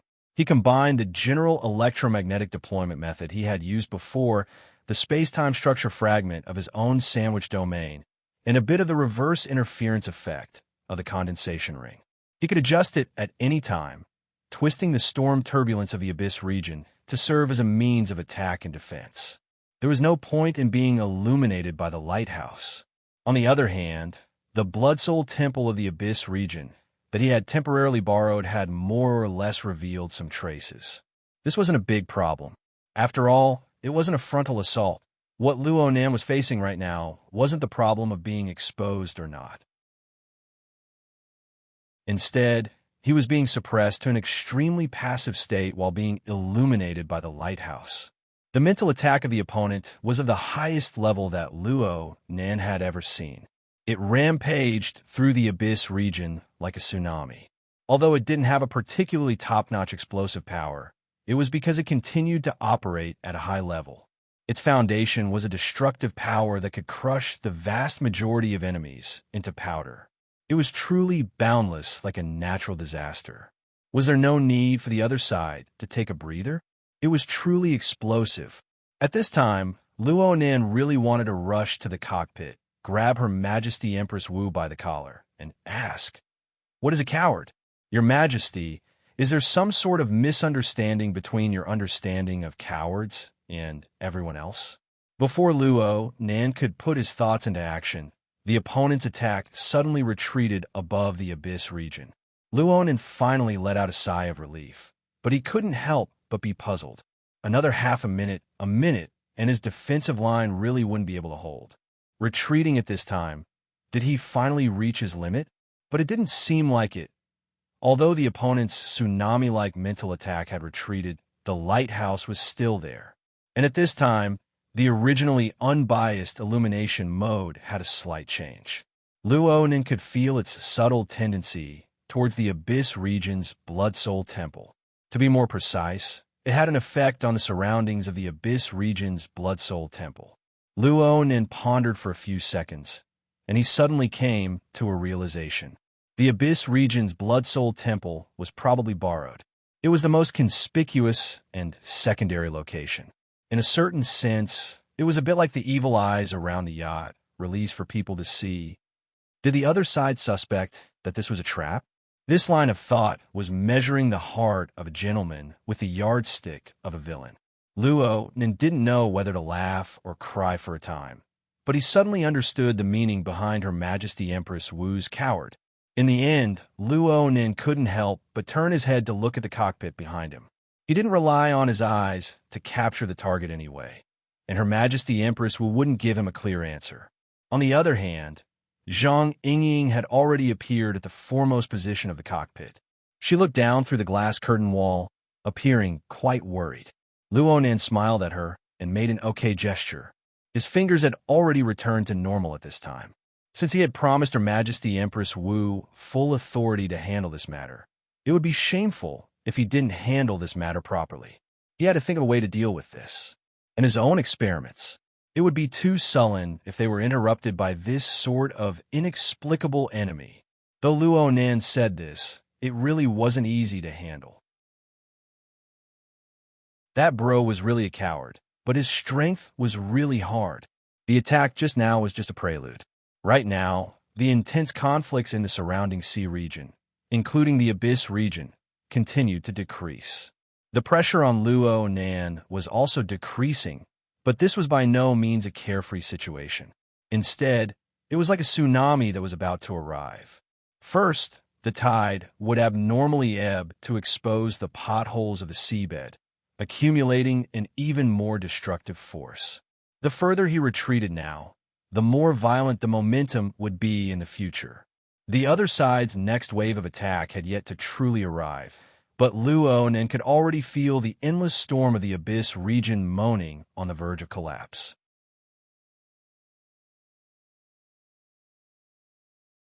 Chapter 999. It looked like he couldn't quite hold on. Luo Nan was no stranger to battles on the level of the Abyss region. He had a relatively accurate judgment of the situation.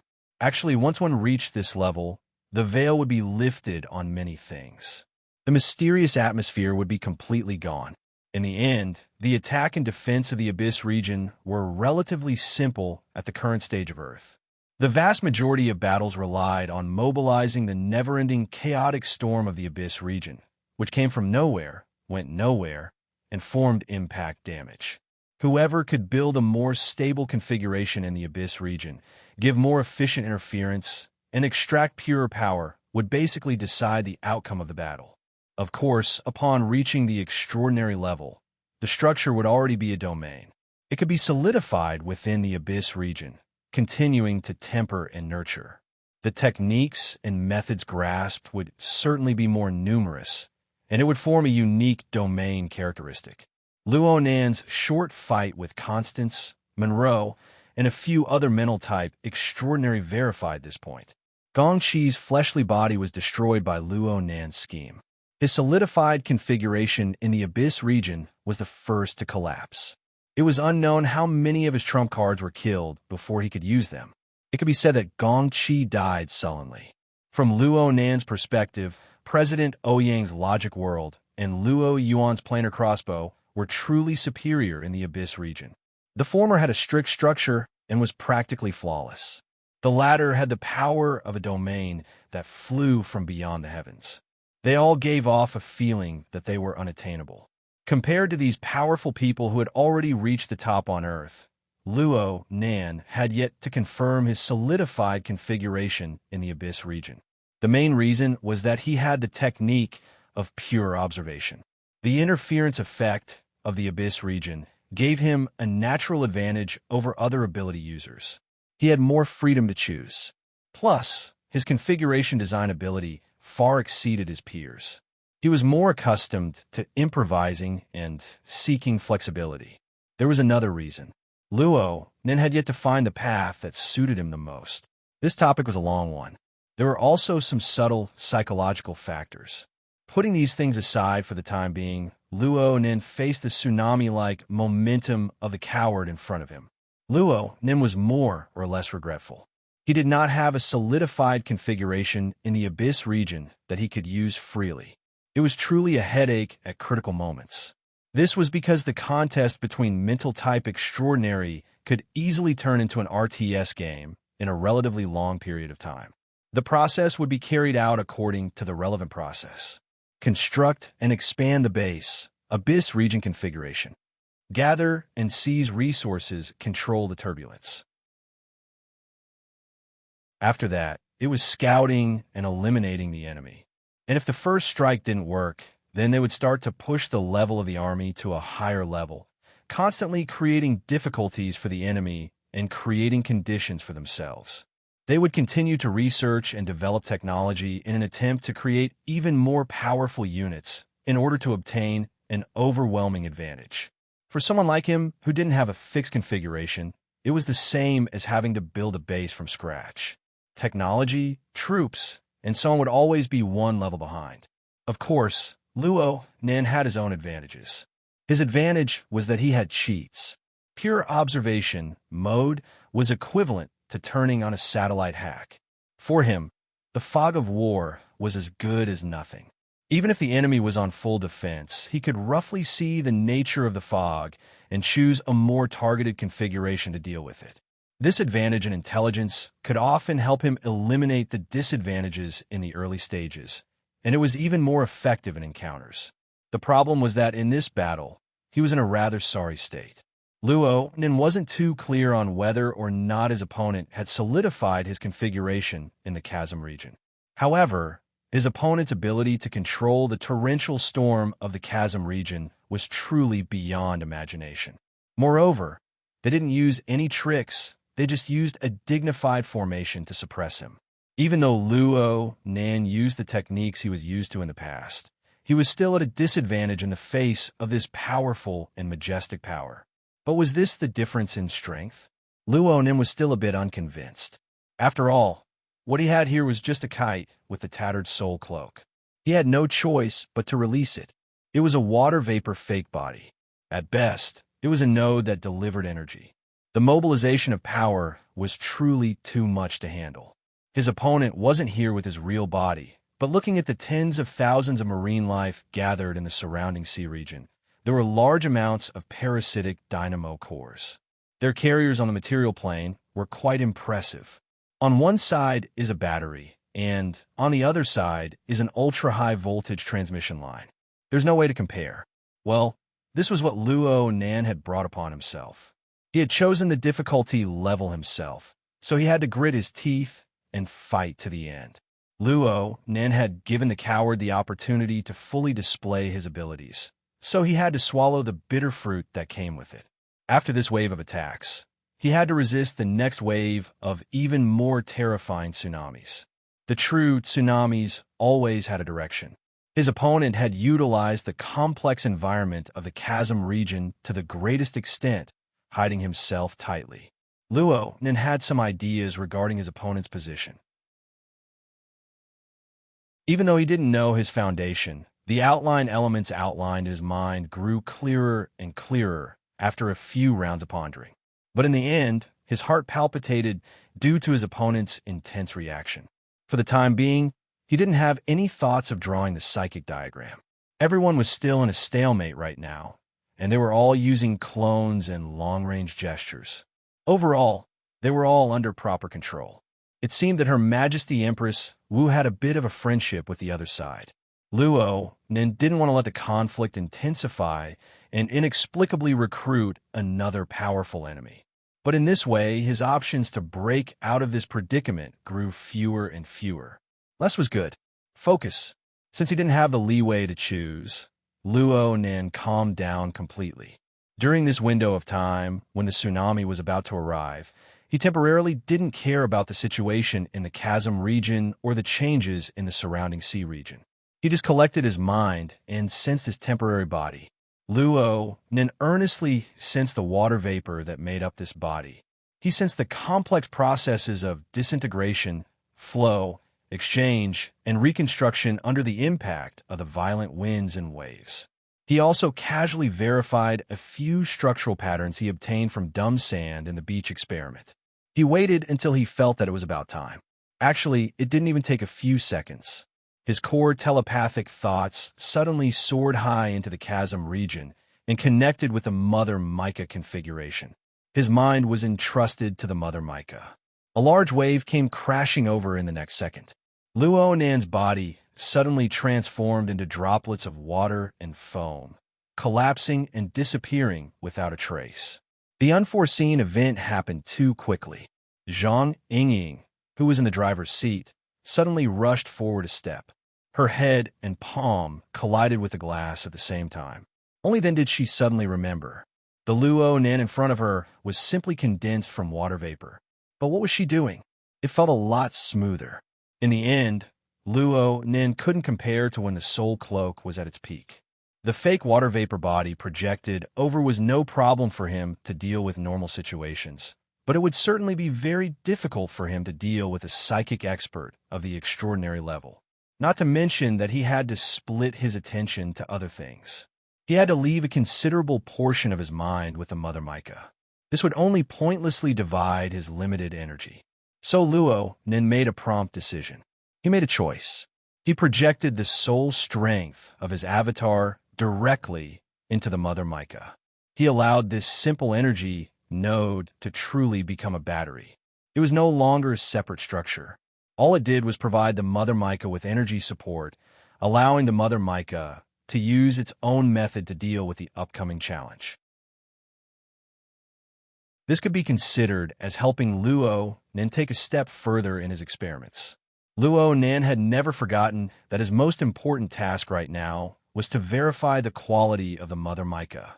He had to strive to reach a usable and referential level. Everything else had to be pushed back. Momentary success or failure didn't count for anything. Even if he was defeated by the coward in front of him, he only had an avatar here. He also had the support of Her Majesty Empress Wu. Would his life be in danger? Right now, he had to expose the problem.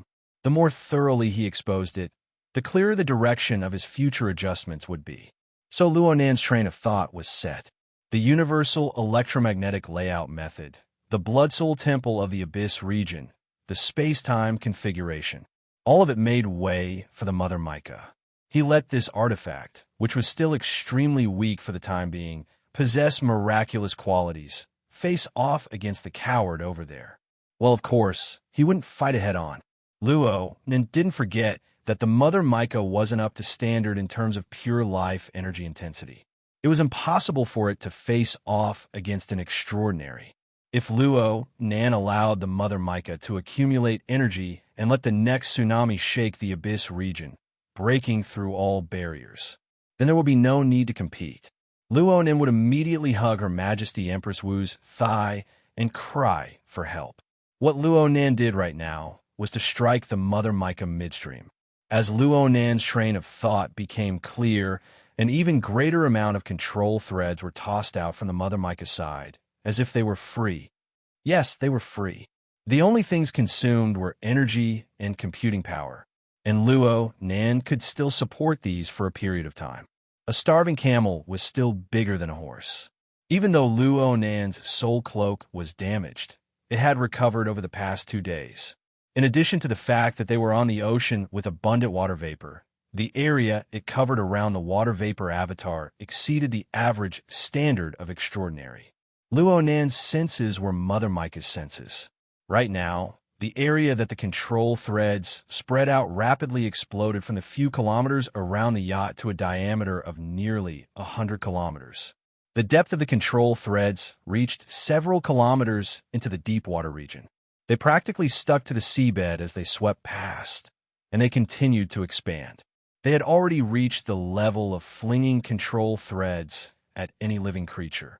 Well, it wasn't that extravagant. The main goal was to target the coward over there and capture the target of its flesh and dynamo core's parasite.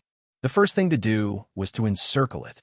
Luo Nen had never been afraid of anyone when it came to the range of his mental senses and interference.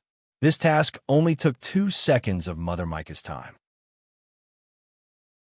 Luo Nan received 100 times, 1,000 times more segmented information than before. This information involved all aspects of the flesh and dynamo core and its host. It was no small task to integrate and sort them out clearly. But this wasn't the most crucial thing. The most pressing problem placed before Luo Nan was to adapt to a new form. When all the information was absorbed and presented through the single channel of Mother Mica, the form of existence of this wave of information was clearly different from what Luo Nen had experienced in the past. Luo Nen was unable to see any form of flesh and organ structure within the visual information phenomenon. He couldn't even see the existence of too many substances. Most of the time, there were just ink-like shadows in the water, as well as faint fluorescent trails that flickered within the shadows.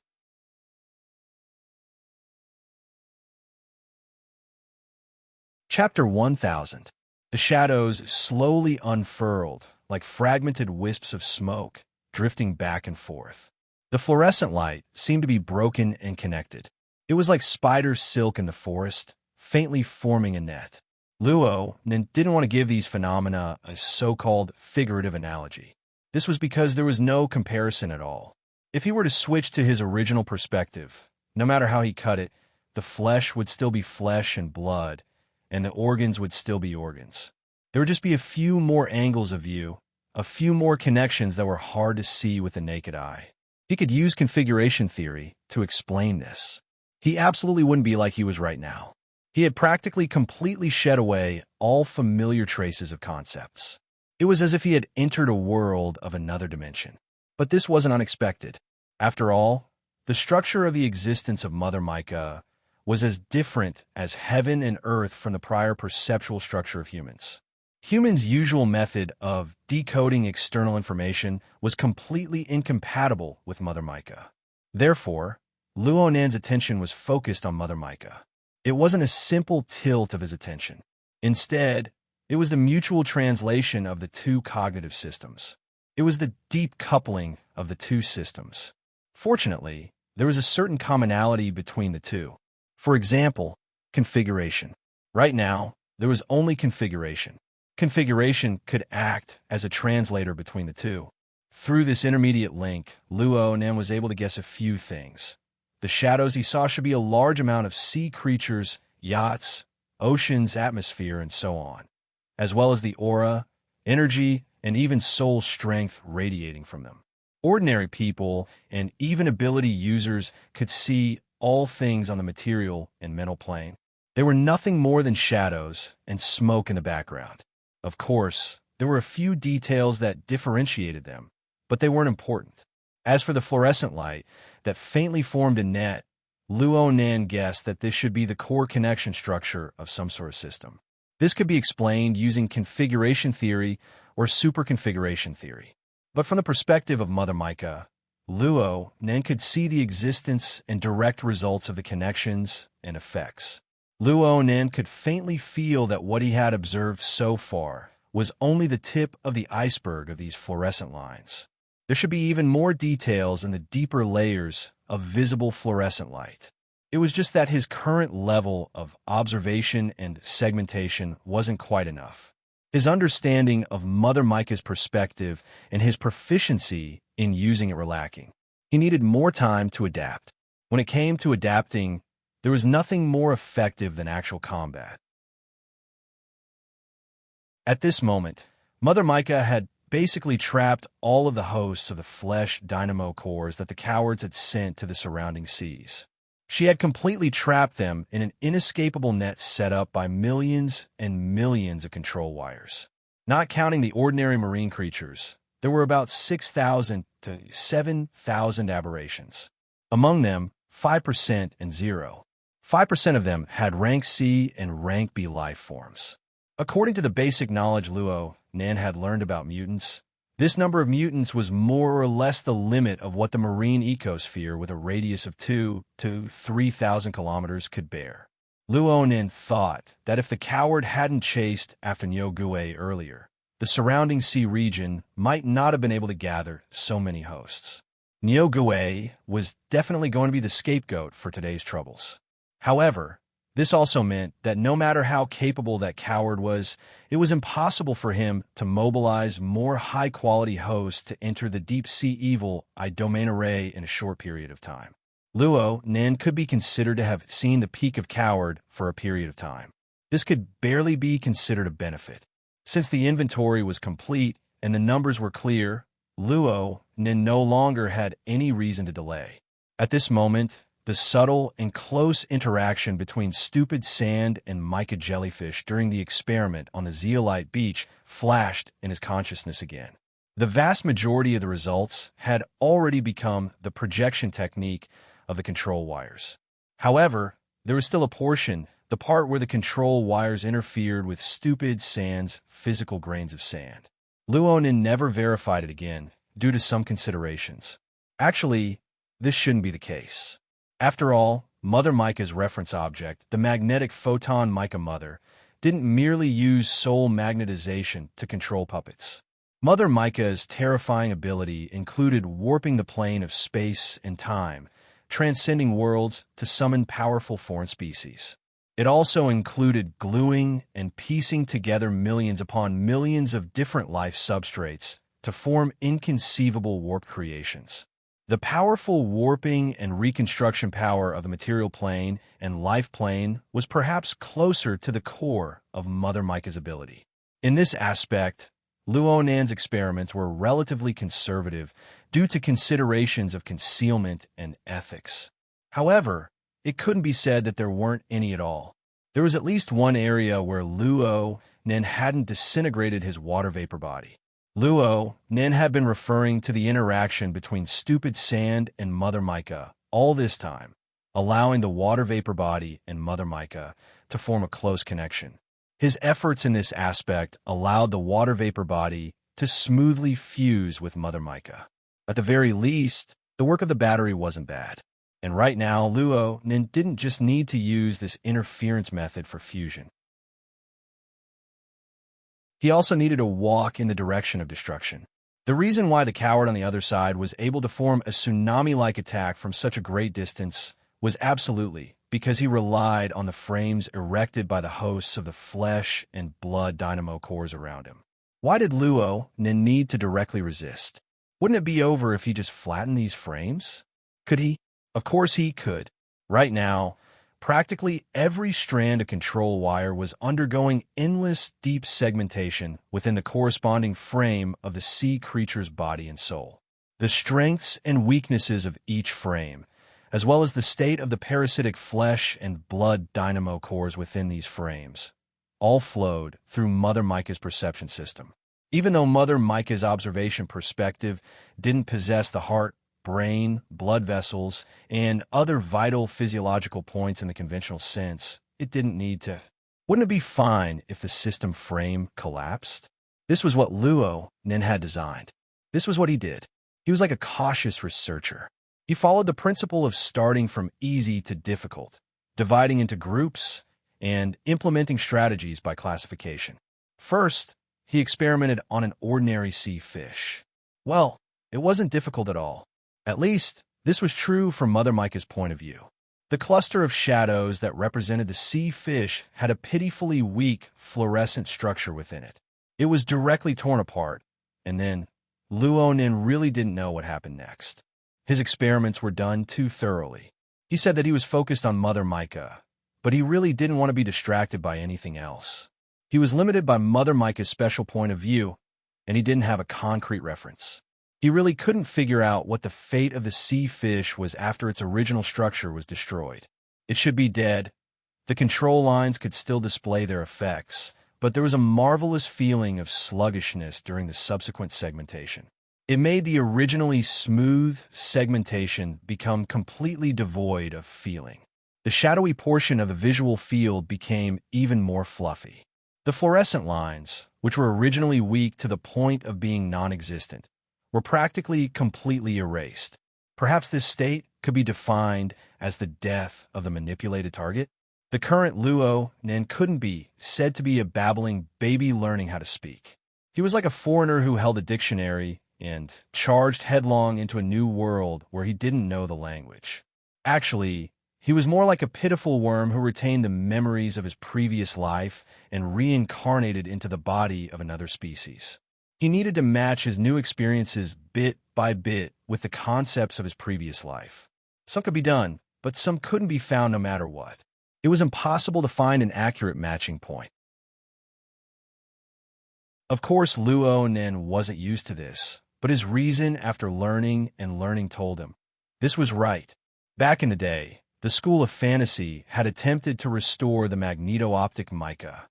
Luo Nan was unable to accurately judge just by relying on the version of the fantasy mimicry technique that Lieutenant Go Yi had imparted to him. But in this stage, where the life stroma was already faintly budding, the School of Fantasy still possessed a considerable amount of experience in the cultivation of other fantasy species. Luo Nan had brought out the basic principles of the School of Fantasy.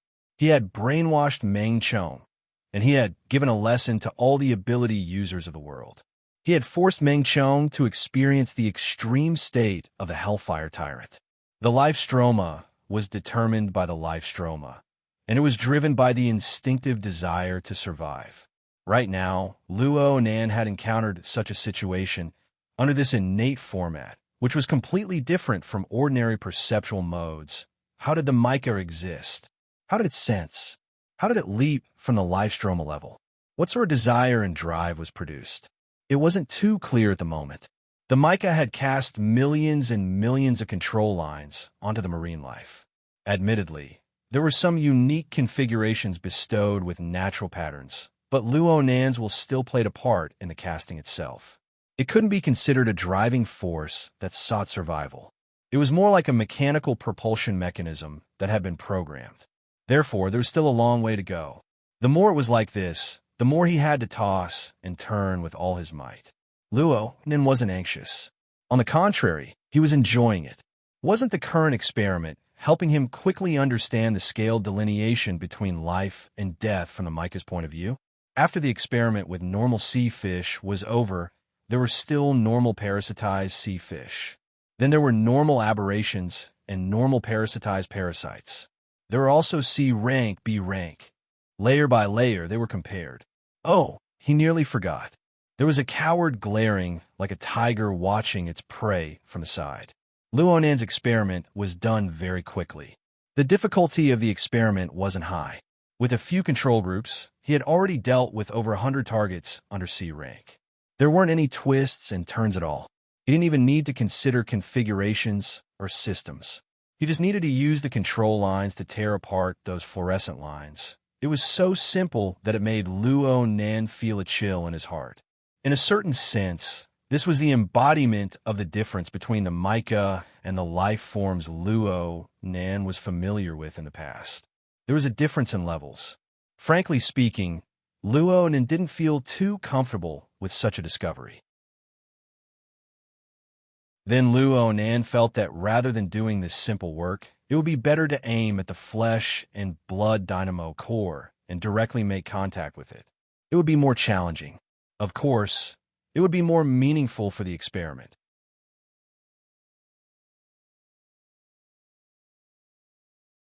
Chapter 1001. From the perspective of Mother Mica, the existence of the flesh and blood dynamo core was actually more conspicuous than the vast majority of marine life. It was independent of the host's relatively stretched fluorescent structure. Its presence was stronger, like a nerve not existing on a neural network, or a tumor, the kind that glowed. The special mode of existence of the flesh and blood dynamo core directly affected and even distorted the layout of light and shadow from the perspective of Mother Mica. And most importantly, a considerable portion of the flesh and blood dynamo core seemed to possess independence and could survive independently. Luonan had already noticed that even if he directly killed the host and destroyed the visible fluorescent structure, a considerable portion of the nodules were able to withdraw in time after destroying the host system of existence. They wandered in the vaster shadow of life, seeking another cluster of fluorescent structure to bond and parasitize the host again. Well, Luonan was able to find a relatively familiar sense of space and time when placed from this point of view. Moreover, he naturally broke away from the limitations of a living individual and placed his gaze into a dimension that was completely constructed from shadows and light. In this way, the individual faded away and the entirety became prominent. Luonan was able to clearly perceive the overall structure of the array that the opponent had built upon the foundation of the flesh and blood dynamo core. Speaking of which, wasn't the efficiency of a single kill too low? If he were to start from the structure as a whole. Luonan's thoughts stirred, and the entire layout of light and shadow under his clairvoyance suddenly shook. The shadow of smoke and ink separated and reunited irregularly. The fluorescent lines clearly trembled, driving the tens of thousands of nodules within the large net. It was like a colorful lantern being blown by the wind. It was extremely beautiful. However, this dazzling scene wasn't just the result of Luonan's interference. There was also the terrifying power of the coward that was pressing closer. Oh my, this person has finally entered the fray. It was just a joke. Luonan had nearly forgotten about this person. The opponent could really hold back. He had already established an absolute advantage in the Abyss region, but he still hadn't arrived. Actually, it was only a few dozen seconds. But on the level of extraordinary, A few dozen seconds was enough for many people to die 100 times over. Of course, Luo Nan could faintly understand some of the factors. When he gave up the fake body of water vapor and merged with Mother Micah, he decisively abandoned all the attack and defense structures in the Abyss area. Even the Bloody Soul Temple in the Abyss area was hidden again. Plus the high invisibility of Mother Micah, that dude probably couldn't find the target anymore. In such a situation, as a coward that Her Majesty Empress Wu had labeled, what would the other side think? What to do? If that fellow turned around and directly attacked the yacht, Luo Nan would absolutely not sit idly by, regardless of whether or not Her Majesty Empress Wu was on board. But the problem was that there weren't any.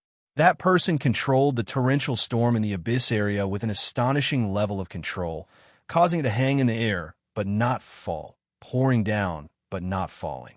Yet, he was hesitating over there. In the past, Luo Nan always felt that he was overthinking things sometimes.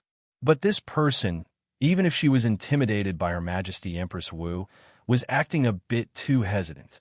So much so that Luo Nan suspected that if he hadn't experimented with the hosts of the fleshly dynamo cores and more or less indicated the direction, that coward would still be able to persevere like this. In any case, the rapid disappearance of the hosts of the fleshly dynamo cores had subtly exceeded the natural reduction rate of the chaotic bloody situation in the sea. And Luo Nan's deliberate targeting of the fleshly dynamo cores finally aroused the vigilance of that person. No matter how deeply Mother Micah was hidden, there would always be traces once it interfered with the material plane. The coward's accomplishments in the mental side didn't need to be mentioned. He quickly followed the traces. In the beginning, he wanted to directly grab the interference trajectory of the control thread and trace it back to the Abyss area. He wanted to grab Luo Nan's weak point in one fell swoop. However, even Luo Nan himself had to carefully ponder over the interference mode of Mother Micah. How could the coward chase after him in a hurry? After crossing paths a few times in the void, the other side knew that it wouldn't work. He quickly changed his train of thought. He only maintained pressure in the Abyss area and began to pour more power into the various locations of the fleshly dynamo cores. He adopted a posture of waiting for the rabbit to come to him. I know you're coming. I'll give it to you. The other side grasped the main point. It was impossible for Luo Nan to avoid it at this time. He held an eager heart as he made further contact with the numerous luminous nodes under the Mother Micah's light and shadow perspective. This was a true collision. There was no room for buffer. This also represented that the RTS game in the Abyss area had sunk into the material plane. To be more precise, this was a battle for resources. The two warring sides were involved in every domain. In this level of conflict, Luo Nan actually held the initiative. This was because he was the one who chose the method of impact. This naturally led to the result of the impact. The collision between the two sides completely erupted from the start. The shaking affected the entire situation. Moreover, the range of influence and penetration on the system level made the impact more intense. The target bearing the impact became more fragile. From a Mother Micah's perspective, at least several hundred to nearly 1,000 fluorescent threads that represented the connection of life systems collapsed at the same time. The feeling of collapse was crisp, the range of connection was wide, and the speed at which they were transmitted to each other was fast. Even Luo Nan, who had already gone through several rounds of experimentation, was caught unprepared. So much so that he spent at least half of his energy forcefully tossing and turning to create a safe zone or isolation zone. He placed it horizontally around the yacht to prevent the aftermath of the impact from truly affecting Zhang, Ying, and the others. Well, this was a stress reaction. It might not be necessary. This was because even with the Mother Micah's relatively chaotic observation method, it was easy to recognize that a certain region in the shadow should belong to Her Majesty Empress Wu's unique form of existence. There were a dozen bright and resplendent stars in the depths of the heavy shadow. They looked like a rapidly evolving star chart. They possessed their own orbit, and they radiated brilliant rays of light in all directions. They locked down an extremely stable shadow region. They basically encircled the yacht within.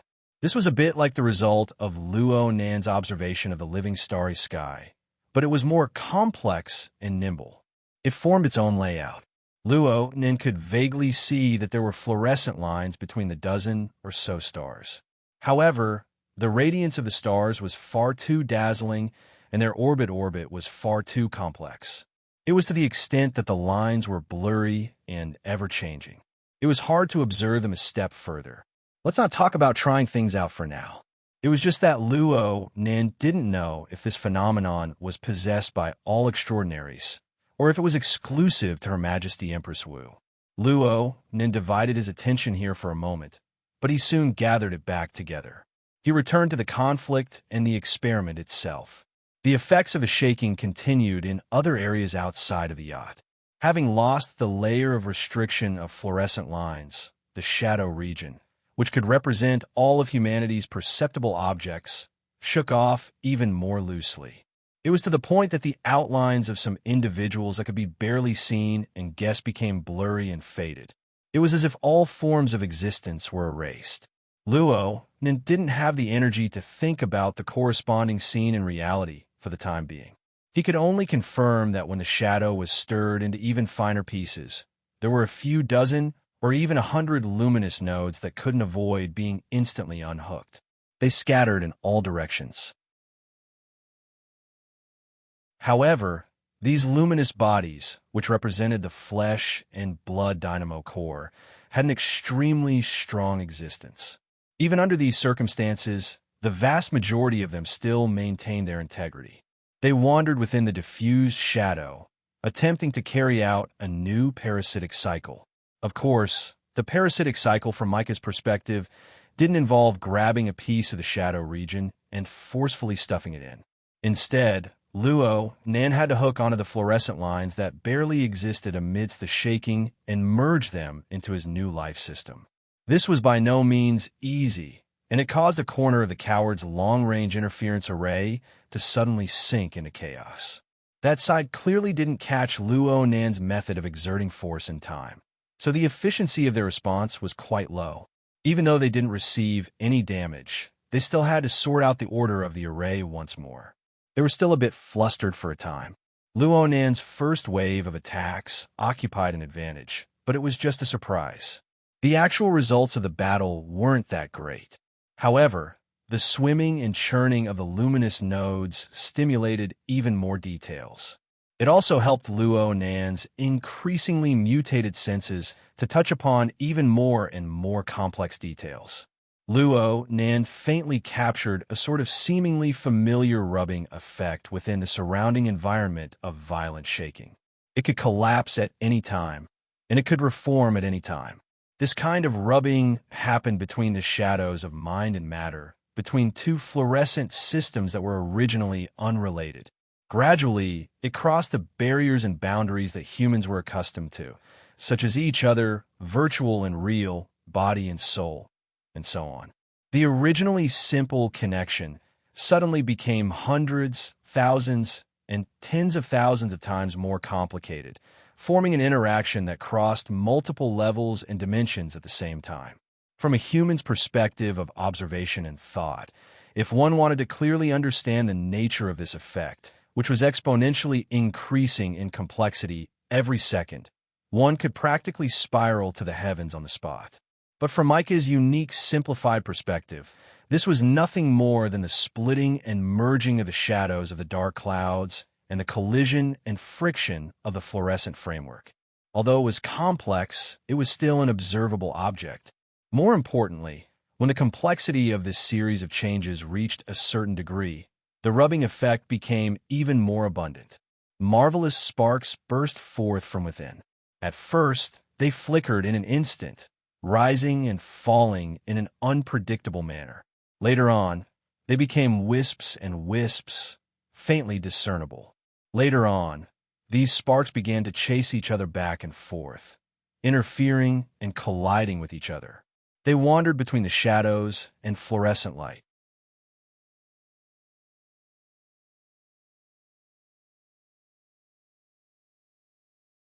Chapter 1002. That's right. This was the magnetic light that Luo Nan had tried to capture and trace, but he had failed time and time again. It occurred outside of the main skeleton of the mica, but it was within the domain controlled by the control lines. There wasn't much difference between the two. This was because these little things existed for a short period of time.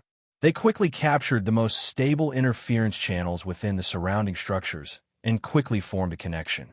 In this way, the magnetic light continued to grow in scale. It passed through the control lines in a form close to a pulse, and it was channeled into the main body of the mica.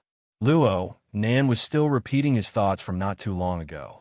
Perhaps this is the magnetic light of the magnetic light of the magnetic light mica. While his thoughts were still undulating, a new force occurred within the water vapor skeleton of mica. The one affected was now Luo Nan himself. This time, it was impossible to say whether Luo Nan had captured the magnetic light, or whether the magnetic light had stuck to him, or whether the magnetic light had already deeply fused with the mica and transmitted it to him as a feedback of perception. Oh, something didn't seem right. It was due to the marvelous force of the magnetic light that Luo Nan suddenly discovered that the two systems of the mica and the fake body, which he thought had already fused together, were actually separated from each other on a deeper level, even though they both belonged to the structure of water vapor. Their physical properties were already indistinguishable from each other. As for what it was no longer important. In the instant the magnetic light force appeared, that faintly discernible barrier was simply annihilated. The two systems were completely connected together. Luo Nan's thoughts suddenly became absent-minded. Then he discovered that the structure that had previously acted as a battery for the mica, the only function that the fake body of water vapor still had already been cleanly dissociated. Or it could be said that it had been absorbed cleanly by the structure of the mica. Right now, only a few core things remained. It was the imprint of Luo Nan's consciousness. It floated within the structure of the mica, about to fuse or not. This sort of change didn't harm Luo Nan. It was just baffling. Just as he was feeling baffled, this bit of imprint of consciousness suddenly stirred. It collided with something and instantly fused with it. His consciousness was still there, but it seemed to be wrapped in a layer of shell. It just moved in this way in the void. To be more precise, it was moving irregularly within the structure of the mica. What was going on? It was as if I had been fused into the magnetic light. To put it more precisely, the greatest possibility was that the imprint of Luo Nan's consciousness that Luo Nan left in this world was not Mother Cloud. Instead, it was fused together with the magnetic light that Mother Cloud used to transform into. Before Luo Nan could figure out the logic behind this, a new perceptual change appeared. Luo Nan's soul cloak, the great production line of the living starry sky, the altar spiderweb, and other traditional energy and information supply channels clearly became estranged. One must know that this was the most important source of sustenance for the mica mother. The supply is still being provided, and the effectiveness is still effective, but it feels a little like scratching an itch through the boot. The bionic life structure of Mother Mica was clearly continuing to grow steadily, and its aura was growing more and more exuberant. But for some reason, Luo Nan, very hungry, and he was getting hungrier and hungrier. What's going on? Stir-fry vegetables and make soup? In the cockpit of the yacht, Zhang Yingying's forehead was pressed against the glass, almost melting the surface, but at the same time, her fingertips were a little cold. Her mouth spoke in a relaxed manner, but her heart was twitching a bit abnormally. This was a natural physiological reaction to a few extremely stimulating situations. It was unknown when it started, but the surrounding waters of the yacht entered an extremely desperate and treacherous situation. It was hard for Zhang Yingying to accurately describe the situation. It was as if there was a layer of glass separating her from the chaos of the sea. There was an insurmountable barrier between her thoughts and the internal logic of the events before her eyes. Who could see two fishes that had gone out of control and collided with each other, sticking together. In that instant, their bodies, flesh, and blood completely lost their original nature. It was as if they were wax that had been melted, condensing into the most random shape upon meeting the cold. Such a scene was not an exception. Instead, it was happening in the waters surrounding the yacht. Zhang Yingying could see it happening every moment. There was no need for any collisions. The seemingly vigorous sea creatures that could rampage up and down the waves as they pleased inexplicably had their entire bodies collapse. It wasn't being torn apart, it wasn't being crushed, it wasn't exploding, it wasn't being burned, and so on. It was the complete collapse of the structure of their flesh and blood in an instant. Moreover, there was no trace of a strong external force. You couldn't say that it was the wind and waves on the sea that caused this, right?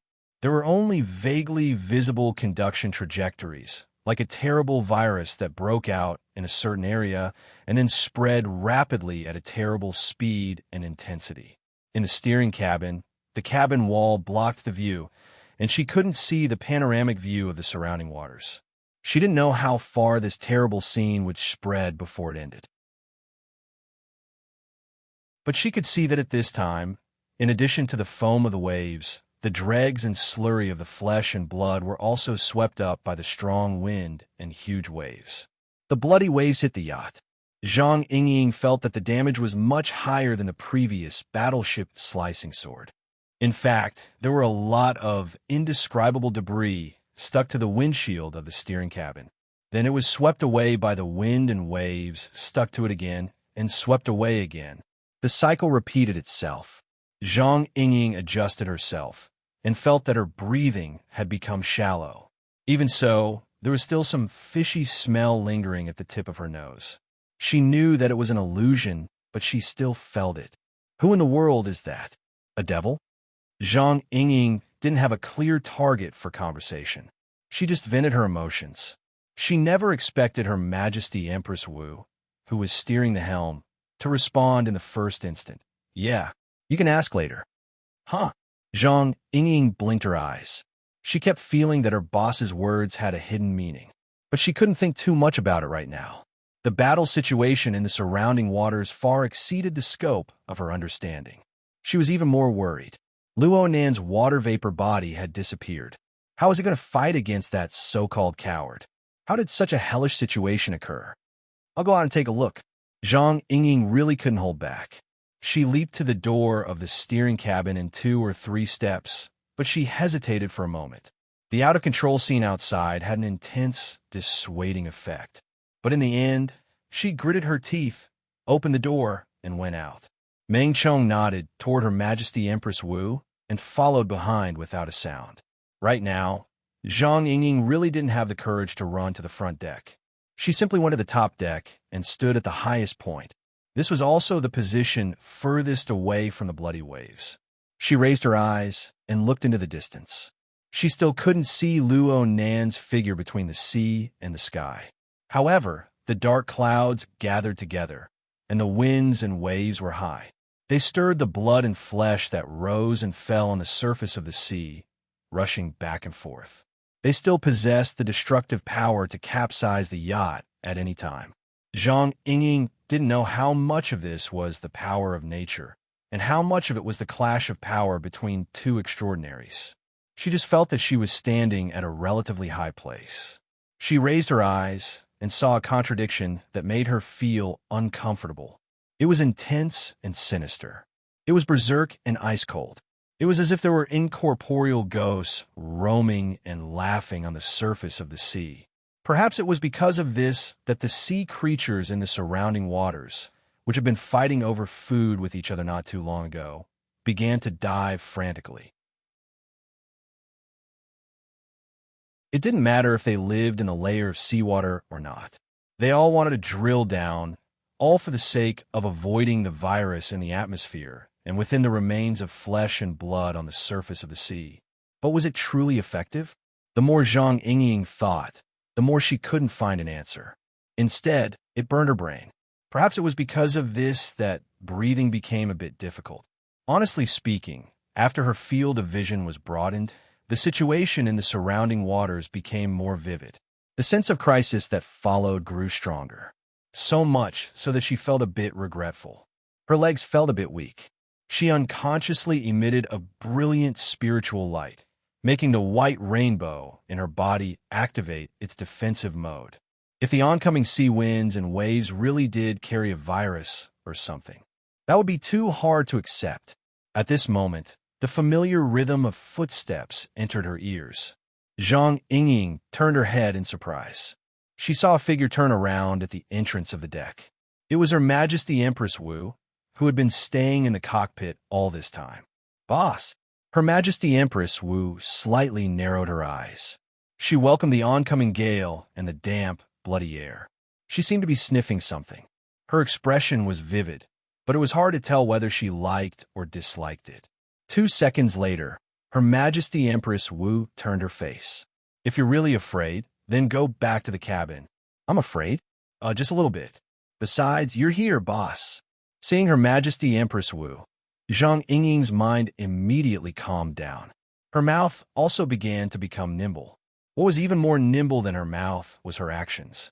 Zhang Yingying directly ran to Her Majesty Empress Wu's side and tightly hugged the crook of her arm. "Boss, that guy is too much. He knows you're here, but he still made such a scene." Her Majesty Empress Wu only smiled. "He's indeed too much, but he can't do it for long." A battle between transcendents. They're having fun killing here, but T-City can't take it anymore. The fighter plane just took off, and it won't take long to get here. Zhang Yingying blurted out, "Did he come here to die?" "It's all right. The pilot is quite durable." Obviously, the pilot that Her Majesty Empress Wu mentioned was definitely not an ordinary person. He was most likely an extraordinaire. As Zhang Yingying was thinking, she heard her boss ask, "You really don't want to go back? With that guy's clumsy control skills, it's fine if he gets a few fish scales on her face. But what if it's tentacles, sarcomas, sharp teeth, or something? That's not good." "What? Huh?" Zhang Yingying finally came back to her senses. She didn't know when it started, but everyone's target had been mistaken. But before Zhang Yingying could find the rational clues she should have from her disbelief, a wave of reverberations suddenly rang out beside her ear. It sounded like a strange, snoring sound, as if someone was choking on water. There were also muffled sounds of mooing and splashing sounds. There was no sense of hierarchy, and it was just a flurry of struggling. Zhang Yingying very naturally shifted her gaze to look and saw that there was an explosion of water on the side of the ship. A certain strange existence with half of its huge bull body jumped out of the sea. It crazily waved its spider-like limbs at the yacht. It didn't seem to realize that its body was still covered in a layer of blood and minced meat. Looking at it, it didn't need to think to know that it was calling for help. Did he knock himself out his mind? You're tuning in to the Dreamy Chapters YouTube channel. We're so grateful for your support, and don't forget to subscribe to join us on this incredible journey through captivating stories. Your generosity through donations truly makes a world of difference, as it's the primary source of revenue that allows me to expand and enhance this channel for you. Thank you from the bottom of my heart for being a part of this adventure.